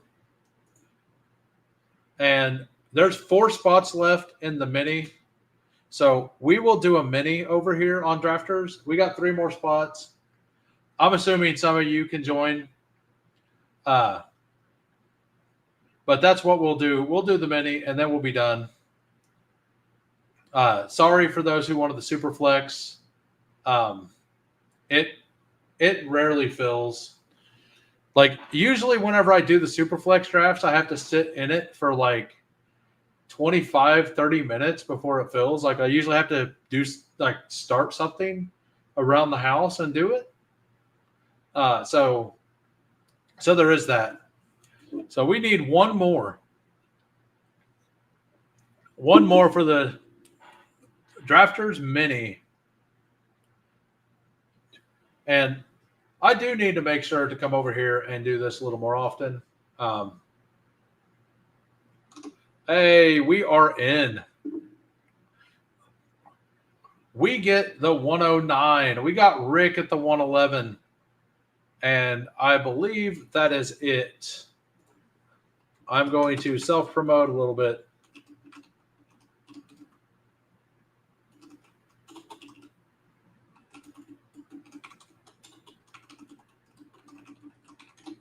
But yeah, for those of you who, I don't know why it did all this. Basically,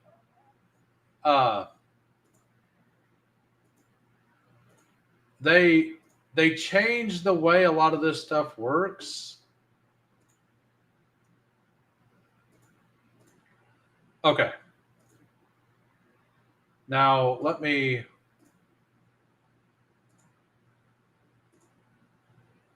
Okay, that looks better. All right, so if you're new to Drafters, or if you've never signed up for Drafters and you would like to try it, number one, this is total points contest. This is a $3 contest. You play for up to $25,000, I believe it is. Yeah, $25,000 for first prize. Look at that. You even get a little smile from her. Look at that. I didn't even know that was going to happen. Very, very awesome little smile. Doesn't that make you want to come over here and use promo code WHO? Like, come over here, use promo code WHO. Go look at that channel. Get that little smile. And then do some drafts. It's a 100% deposit match for up to $100. It's a pretty good deal. Like a free $100 to, and you don't have to use it on that. They also offer pick'ems. So whenever the season starts, if you want to start doing pick'ems, you could just do them on Drafters. Like check the lines on Underdog, check the lines on Drafters. Generally, they're pretty close, but sometimes they are different. Yeah, so for season long, I do think that you need to make sure you have some power at wide receiver. And I think Amon-Ra is a worse pick in this, like on this site, than it is on the other site because you need the number one overall for the season. I think his chance to be number one wide receiver for the season is lower than Neighbors or Brian Thomas or even London. So there is that. And all right, so we're going to take Neighbors and hopefully Rick is scared of Puka. I think Rick is scared of Puka. I'm pretty sure Rick doesn't like Puka. Hey, you're scared of Rick. Rick, what are you doing? We had a plan here. The plan was I take Neighbors and you cry about Matt Stafford's back twice. And then I get Puka back. That was the plan. What are you doing to me, Rick? I even talked about it beforehand. I tried to manifest it, and you said no. No manifestation on my books. I'm taking Puka at 11 because I'm not scared. And you're supposed to be scared. You're supposed to be scared. That's all I know. Everybody else is scared. I am a little scared myself. Not going to lie. But I'm not scared enough to. The more I think about it, though, like the only reason I stopped taking Puka is because I had almost 15% Puka when the back stuff really started flaring up. And refresh so I can. What, do you have a goose there now? Refresh so you can see my goose. What do you mean, goose?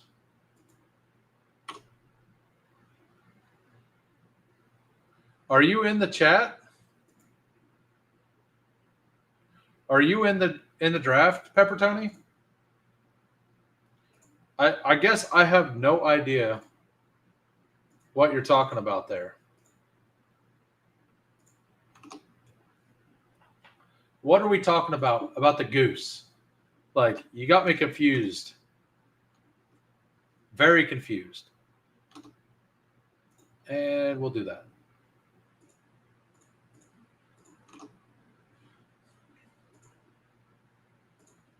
Is Amon-Ra St. Brown the main one you're fading? I've been fading Amon. Like, I'm making sure I stay at 4% Amon. Like, I do think he's a very good pick. In total points, I do think he's a worse. Oh, how did I miss you in the draft altogether? I guess it's not going to. How did I miss Pepper Tony here at the 9 hole? Yeah, sorry, I tried. Did you sign up? Have you had an account, or was I lucky enough to get you to use promo code WHO to sign up? We have had somebody use the code, so the code does absolutely work. It's capital HOO. And Drafter, like, I like the application. I like the way this draft board looks. Sadly. Do you guys like the way that this chat bubble looks? Or do you like this? Do you like that?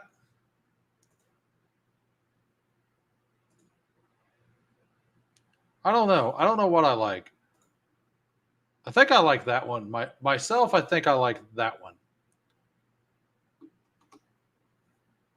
All right. So Drafters, for those who don't know, is full PPR. JSN is a better full PPR pick. I will agree there. But Marvin Harrison, this is kind of where he should go.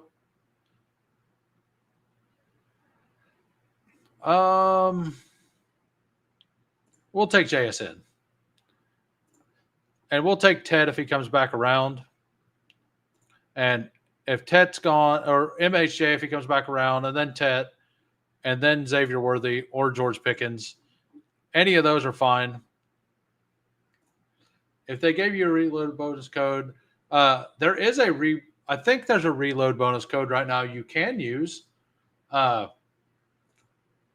Let me go ask Disco if his reload code is still available. I think it's hashtag, or it's Disco Reload, and it's a 10%. Like, you can, if you put 1,000 on it, you get $100. So if you put $100 on it, you get $10. So you get 10% of whatever you put in. So it's not like an elite promo code, but it's still free stuff, you know? Like, it's still better than nothing. Yeah, we'll take Xavier Worthy. Let me make sure that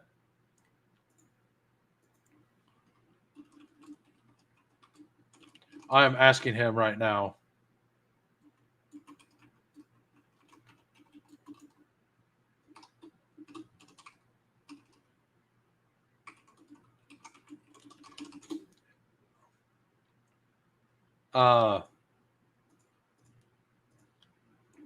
So I don't know if anybody's interested in that, but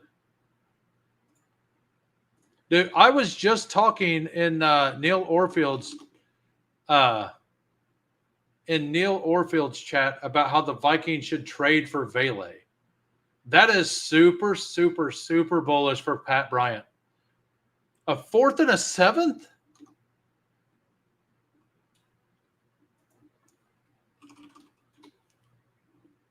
Yeah, so I will type it. So that is the promo code. If you want a reload bonus, it's a 10% reload bonus on up to $1,000. So you put 1,000 in, you get $100. You put 500 in, you get $50.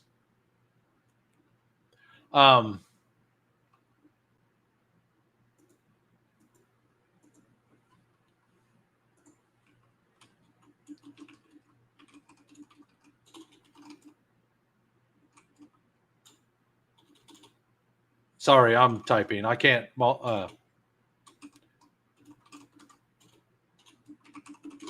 So there we go. Yep. Yeah, that helps Franklin and Bryant some. Like that helps Troy Franklin and Bryant a lot. So there are no bonuses here. It is full PPR. It is the same exact setup: one quarterback, one flex, two running backs, three wide receivers, one tight end. It is 20 rounds. So, like, you can take some players you normally wouldn't. Why is Jaden Daniels available? Can anyone explain to me why Jaden Daniels is still here? Pepper Tony, you better not take Jaden Daniels at 57. Why is Jaden Daniels at 54? What is that? The guy who takes Alvin Kamara at 43, unwarranted, gets Jaden Daniels to slide, so nobody in the room gets value. Like, let's go ahead and give away the value that we just took by taking Jaden Daniels. Like, this team exists. It's just flopped. What are we doing? Yeah, so there's no, like, 100-yard bonuses or anything like that on drafters. If that's what you mean. Like, so I'm pretty out on DK Metcalf, but I will take him here. I'll take a DK Metcalf share at pick 58 because I'm not going to get him at 58 very often. But yeah, I feel really good about that. And James Conner to me is one of the better picks on the board at the moment. Like James Conner and Pacheco. Actually, I was just talking up Pacheco. Let's just do it. Let's just take Pacheco here. We could double stack the Chiefs. Like, I know a lot of people don't like to stack running back with the quarterback, but Pacheco catches the ball. Like, yes, he's not going to have the McKinnon role, but he catches the ball reasonably well. And I think he's arguably in the same tier as like there's a non-zero chance like him and Connor. I would say it's like 65% that Connor beats him out and like 35% that Pacheco beats Connor out, right? Like these tiers aren't that different between Pacheco, Connor, Pollard, Harvey to me. I think they're all kind of similar. I don't know if the rest of you would agree, but that's kind of where I feel on that.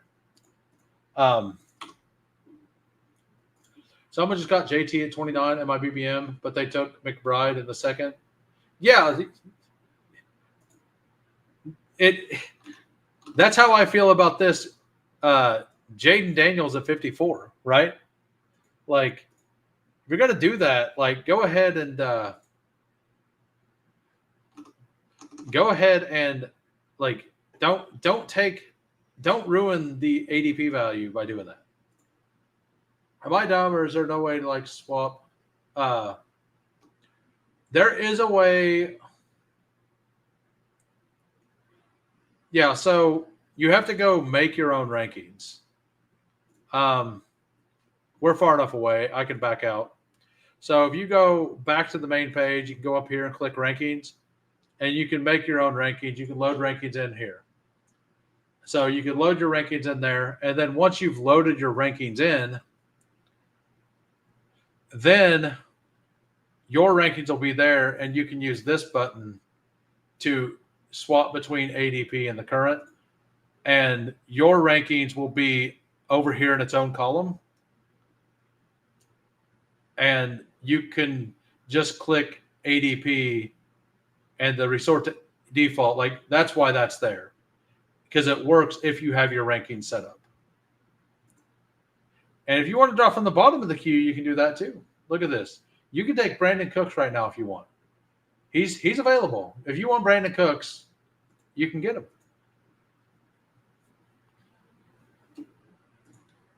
I don't know if that helped, but I might have went too fast. I was trying to make sure to get back to the screen. And if I were you, I'd be doing it on a different screen. Patrick Mahomes goes to the Justin Jefferson, A.J. Brown, Kenneth. So we are locked into a certain quarterback, I think. I am all over Jordan Addison at this pick. What do you guys guess the final fill rate for the drafters main will be? Last year, I think it was like 88% or something. I might start doing some, but I don't know. I assume Underdog's going to do like a super flex palm soon, and I want to max that.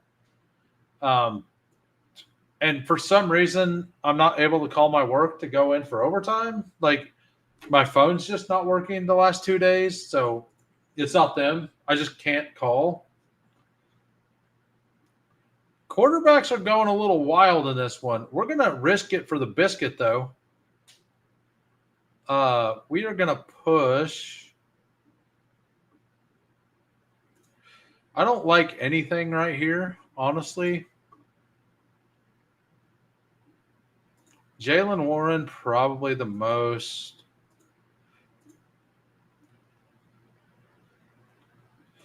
I'm just going to take a naked Justin Fields, honestly. We're just going to do the Fields Mason Taylor thing, hopefully. With all of the quarterbacks that, like, I could take JJ McCarthy. Do you have you don't have any Jets, so you're good. Or I thought maybe you had Garrett Wilson, and I was I was actually going to take Tyler Warren. Okay. I think it was 80%. It's 50% right now. They will be running promos. Drafters will almost assuredly run a promo every weekend between now and the start of the season. And if I remember right, last year, Memorial Day weekend, their promo on Memorial Day weekend was awesome. Like really, really good. So if you're not planning on doing a whole bunch of mains, or you're planning on maxing it, I would save 20 to 30 drafts for that weekend. Like, make sure you keep some for that weekend specifically if you plan on maxing it, because they ran really solid promos during that week last year. I can't remember exactly what it was. It was like I can't remember exactly what it was. I know it was really good though. I think it was like kind of like what they got going on now, to where you draft one every day. Yeah, I said Memorial. I always get those two mixed up. I have zero care about holidays. I just want my vacation time from work. I actually don't even get vacation time from work anymore. Now, with the weekend deal, like part of the deal for them opening up the weekend shift for where I work is I don't get an extra day off when there's a holiday. They just give me 8 hours. Like, yes, I work 12-hour days normally, but they just pay me 8 hours for free, and I don't have to go to work. So I still work my normal schedule, but I just get 8 hours of overtime. So, like, I'm perfectly fine with that. I guess technically it's 4 hours of overtime and 4 more hours of straight time, because my overtime doesn't start until the 40th hour, and I only work 36.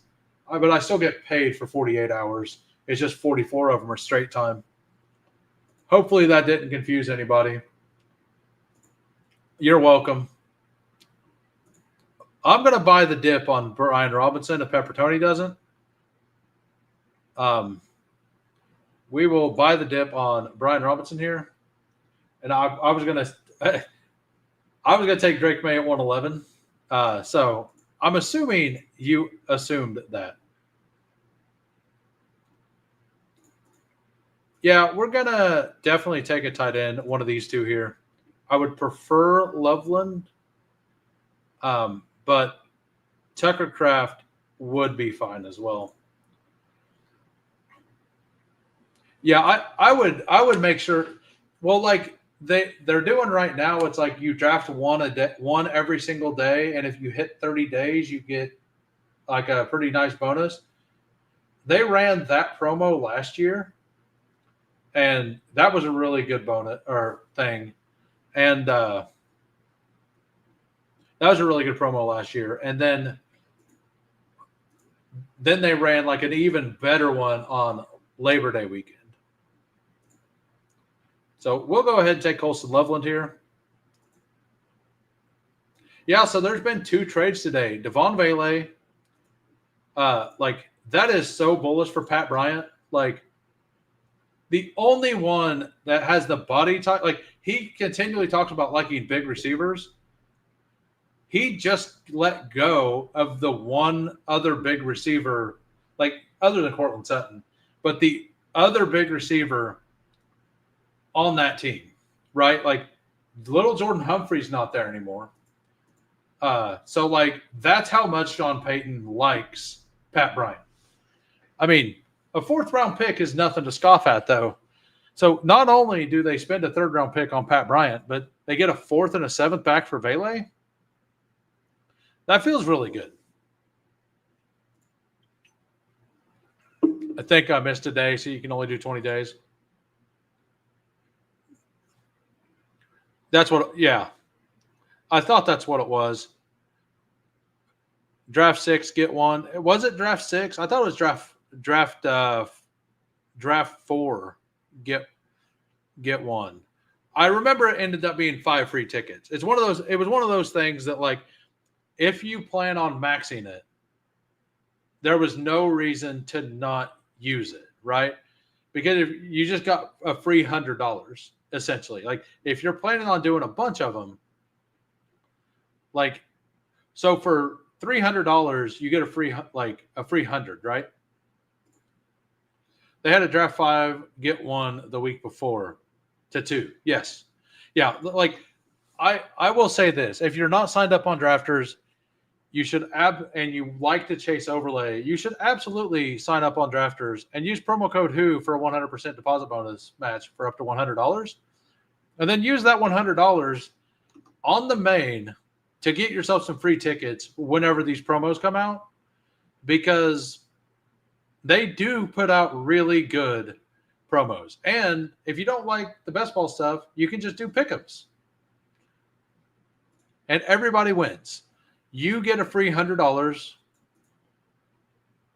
and you get to play whatever style you want. You get pick'ems.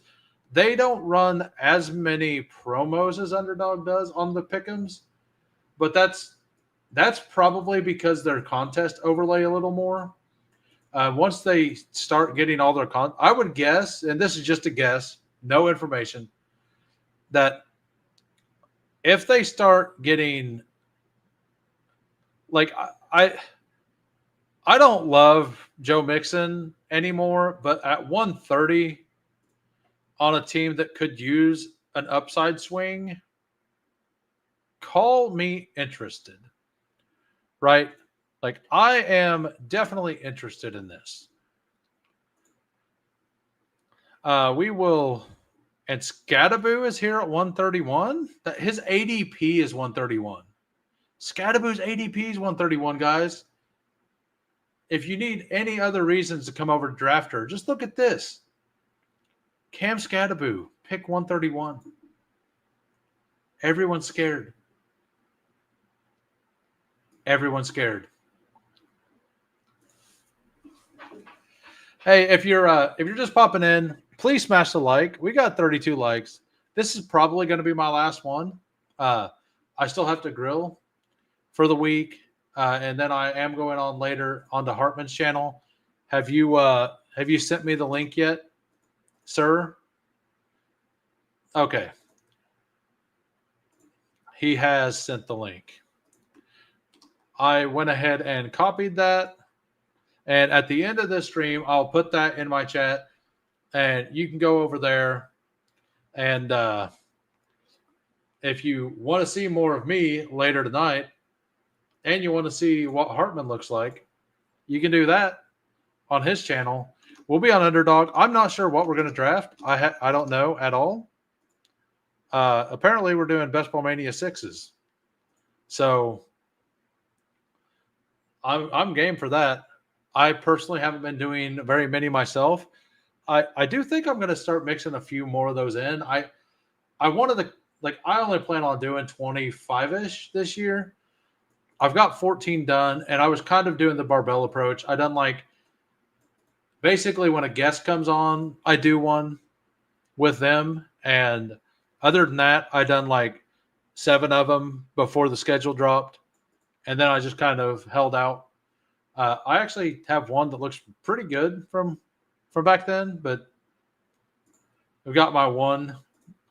Yeah, I don't like the structure of BBM near as much as everything else, so I'm fine. I did 150 last year, and I had the advance rate of Davis, so I'm doing better. Like the Rashee Rice, like I was in. I've talked about it before. I was in on Rashee Rice, Deontay Johnson, Brandon Ayuk, Jalen Warren, who got hurt like the week before the season started. A bunch. Christian Kirk, I had like 14%. So, like, it basically like a bunch of the stuff that went bad, like could have went bad. I didn't have a lot of Godwin. I can't complain about the Godwin. I had like 6 or 7% on Godwin. So at least that one. Oh, and Pacheco. Pacheco was very, like, I didn't have any ETN, but Pacheco I had a bunch of. So like a lot of my higher exposure players ended up hurt. So I did pretty bad. I was expected to advance 14 teams going into the last week, and I advanced 9.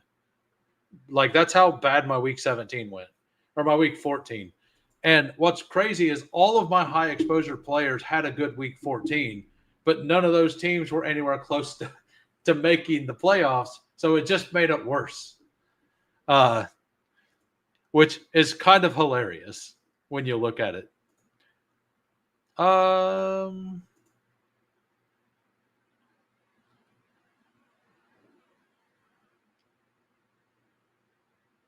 We'll take Sam Darnold. It's a little early, but we'll go ahead and do it. Maybe I can get Thornton back. Probably not. But there are a couple picks here. Like, I would love either one of these two. Actually, I'm just going to pull up Mason Taylor at this point. I'm not gonna mess with it. I'm just gonna pull up Mason Taylor. I think you could argue Mason Taylor should go around Zach Ertz, honestly. Should try just not try. Yeah, I should. I was also very in on DeAndre I had like 15% DeAndre Hopkins before his injury in preseason. So like, and all of that stuff. Like it turned out fairly bad. This year it felt really bad at first, but things seem to kind of be evening out a little more. Like, a lot of the negative news seems like it may not actually be as, like, if Darnell Mooney only misses 2 weeks, I'm fine with all of my exposure to him. It's kind of stuff. Yeah. So I also last year I bit into the hype of, like, early on whenever Canales was talking, like, the Panthers were saying that Jonathan Brooks they thought was going to be ready by week 4.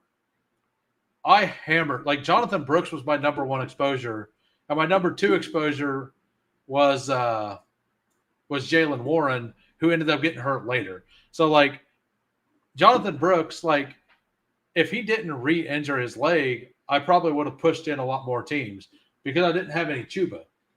And I would have ended up sneaking in a bunch of teams into the back end because I had Jonathan Brooks on it.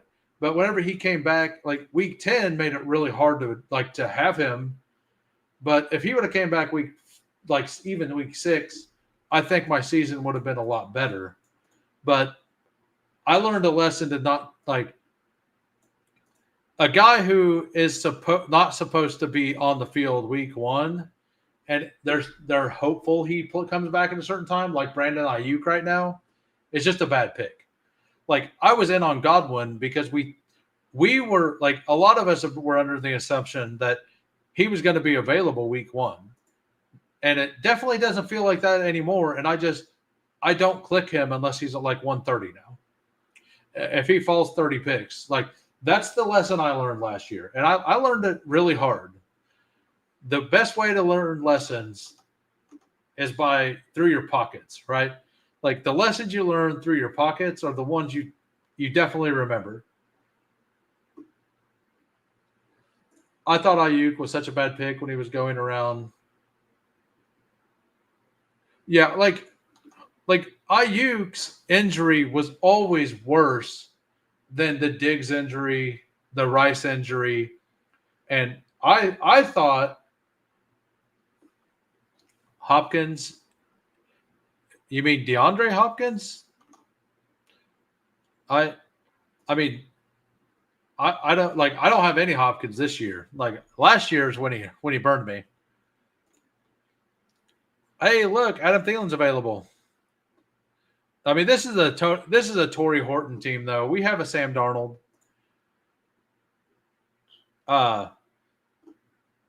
It's probably going to be a Russell Wilson or a Jackson Dart team if they're available at 202.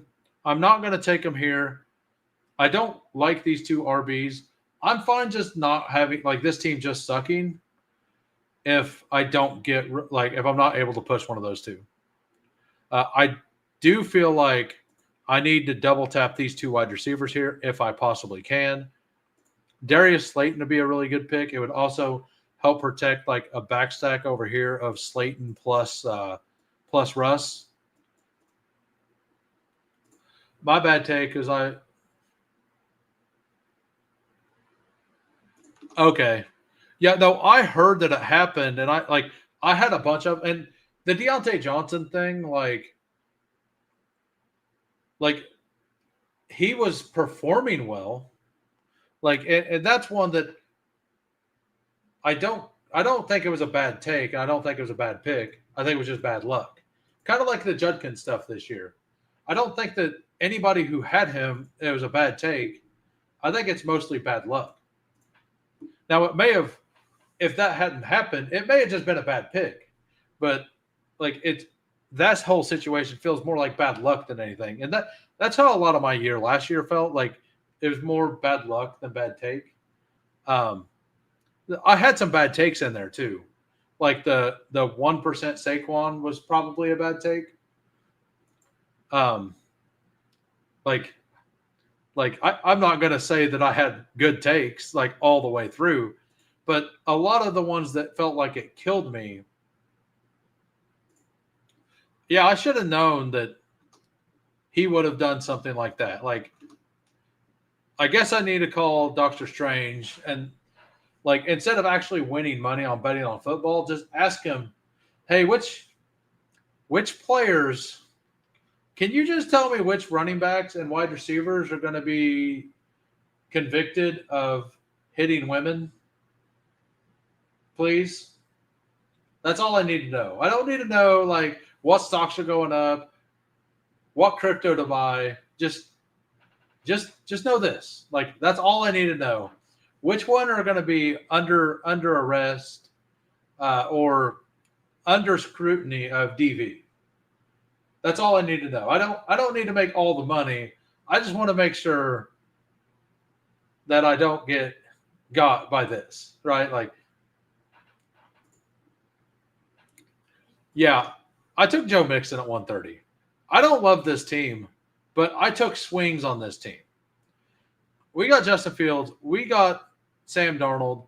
We got Ashton Jeanty, Isaiah Pacheco. We're taking swings. B-Rob, Mixon, Scattaboo. Wide receivers, Neighbors, JSN, Worthy. Metcalf at a value. Jordan Addison at another value. Torrey Horton, Darius Slayton. We are done at those 7. Tight ends, Colson Loveland, Mason Taylor.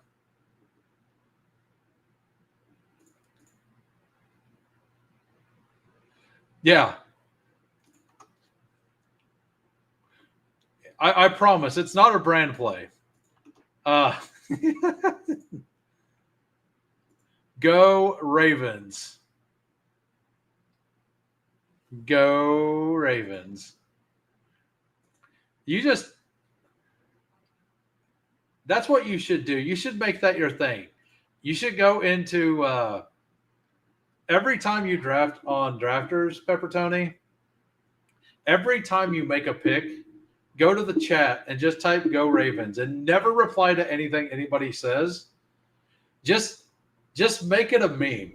Every time you make a pick, just go to your draft, like go to chat and type Go Ravens. If you're on the turn, if you're at like 204, 205, make the pick at 204, type Go Ravens, and then make the pick at 205 and type Go Ravens. That would be an awesome meme. That would be hilarious. The bit would be worth it. You would become a legend. I believe in you, Pepper Tony. I believe you could do it. DJ Quill likes the idea. Yeah, that's what you should do. I would like, if you're not going to be on this site all the time, become a meme on the site. Not about how you draft, but about how you troll. Because very few things in life feel as good as a nice troll, right? It's kind of like if you wanted to take Russell Wilson from me there. That would have been a great troll.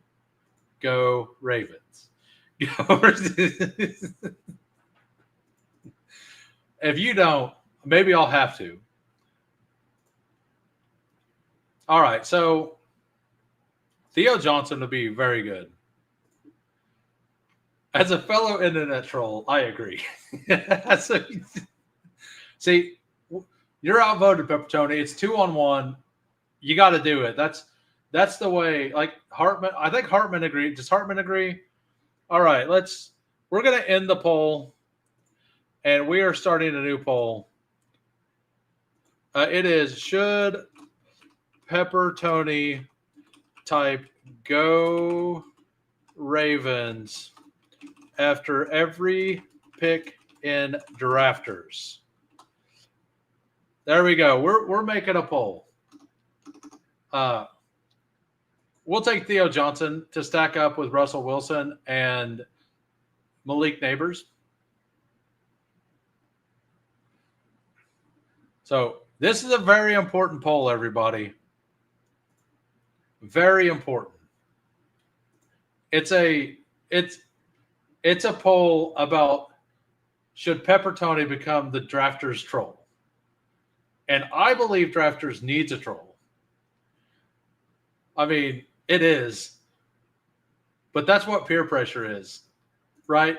Like I'm 100% trying to peer pressure Pepper Tony into this. I'm not going to lie about it. I am the bad influence here.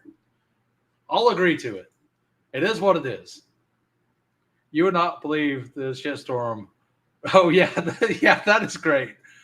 Easy yes for me. Oh, Drafters already has a super troll. They have a lot of super trolls. But this would be a new one. This would be new. Every time in French, absolutely. He autos, like, I think he autos a lot of them. And he has, who is it? Like, there's a quarterback he takes unstacked like every single draft in like the 4th round. There's like 4 or 5 of those guys though. Like, because on Drafters they just do Drafters. Yeah, so we got 6 votes, we got 6 yeses. We got 34 watching. This is an important poll question. Everybody should pitch in. Peer pressure the hell out of Pepper Tony. Go Raven. Oh, he's buying into the bit. He's buying into the bit. He just berates whoever drafts CMC. Oh yeah, that's right. That's right. There's a couple people like that in the drafter streets. It's pretty great. I don't ever take Blake Corum. This is probably a Damian Pierce team, honestly. Like, let's handcuff that. Let's just handcuff the Houston backfield, right? Why not? Jarquez Hunter fit really good. Like, I feel pretty good about my other positions. I'm just going to add two more running backs here. Chris Rodriguez is probably a pretty good pick right now on this. So he just goes though. That's a good pick. I'm not completely out on Brashard Smith, but I don't think this is the team for him. I want Brashard Smith on a team with a little more like B-Rob, Joe Mixon, Scatabo is like the shakiest 3-4-5 you could ask for right now. I still believe Scatabo will take that like the goal line over very, very quickly. Maybe even week 1. So like I want to be very deep here because if anything happens to Pacheco or Genty, like this team is probably cooked. But if Joe Mixon comes back by week 4 and I get some like decent production out of these two early, this team could absolutely smash. Like B-Rob goes to the Bears, Mixon comes back week 4. Like this team could absolutely, utterly smash. And my wide receivers, Malik Neighbors, JSN, we're going to take my boy Jarquez here. All right, so the team 3-7-7-3. Justin Fields, Sam Darnold, Russell Wilson. Like that's the weakest part of the team by far. But they could oscillate weeks. Ashton Genty, Isaiah Pacheco, Brian Robinson, Joe Mixon, Cam Scattaboo, Damian Pierce, Jarquez Hunter. So this is a Russell Wilson actually plays all season team because we have him triple stacked. We have him stacked with Theo Johnson, Malik Neighbors, and Scattaboo. Then wide receivers, Neighbors, JSN, Worthy, Metcalf. That is awesome. And then I have Addison, Horton, and Slayton. Oh, I have them triple stacked or quadruple stacked, actually. And then Loveland, Mason Taylor, Theo, that could absolutely work. I like this team. We will go over Pepper Tony and Rick's team, and then I will be out. We got a 3-6-7-4. He's newer to this format, so we'll see how he like. I think he understands it though. It's marathon with full PPR. Drake May, Jordan Love, Tua, better than my quarterbacks. Running backs, shocker, we got a Raven. Derrick Henry, RJ Harvey, Aaron Jones, Bashal Tootin, Ollie Gordon, Phil Maffa. I like the Phil Maffa click. I think it's low chance, but it should also be low owned. Wide receivers, Almon, Tyreek, Devontae, Travis Hunter, Jaden Reed, Luther Burden, Hollywood Brown. That's a very good, very solid. And then 4 tight ends. I like the 4 tight ends, starting with Likely, Otten, Harold Fannin, Juwan. I mean, that's a very solid team. Very solid. And you got 2 Ravens. I would have never guessed you got 2 Ravens. All right, Rick M.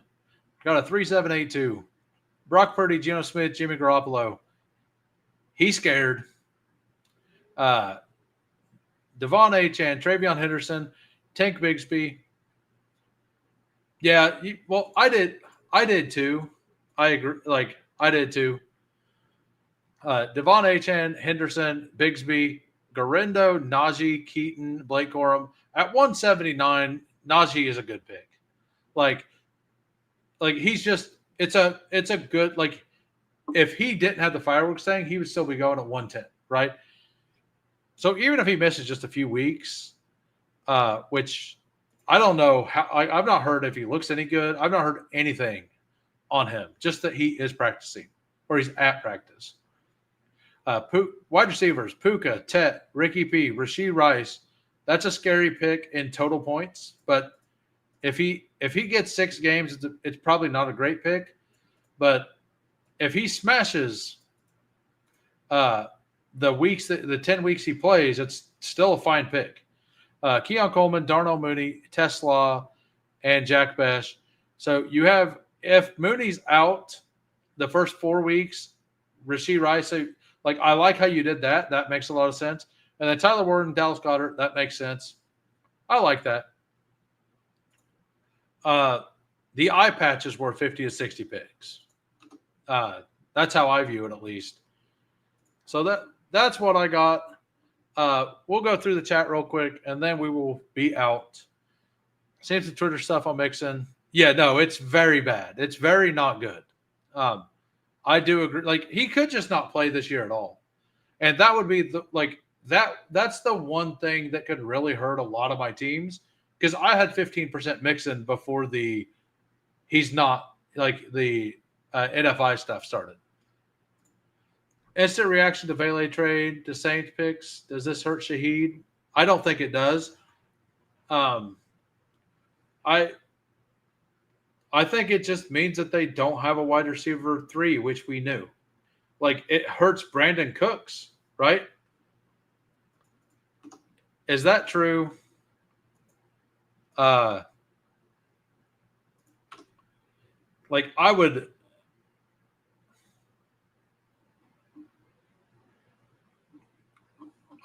am assuming that is a false thing. Okay. I don't want that. I don't want that at all. That would be very, like, I'm in on Hawkinson a lot, and I'm in on Jordan Addison a lot. Like, I want them, like, they needed a trade for Valet, like I said earlier today. So for anybody who wants to watch me later, here's a link to Hartman's stream. I will be on there. What time is it? It's at 9:30 tonight. Yeah, 9:30 p.m. Central, 10:30 Eastern. I'll be on there. We'll be doing a BBM. I'm sure we'll do more than just a BBM. And I look forward to it. I'll see everybody there tomorrow. I will be back also tomorrow on my channel at 4 p.m. Central. Not sure what I'm going to draft. Underdog needs to put something else out there for me to really draft an underdog. I might just have a day of drafters tomorrow. I don't know yet. Not sure exactly what will happen. Hopefully they draft a regular style contest or a super flex tomorrow. I'll see everybody later. Have a great night. Peace.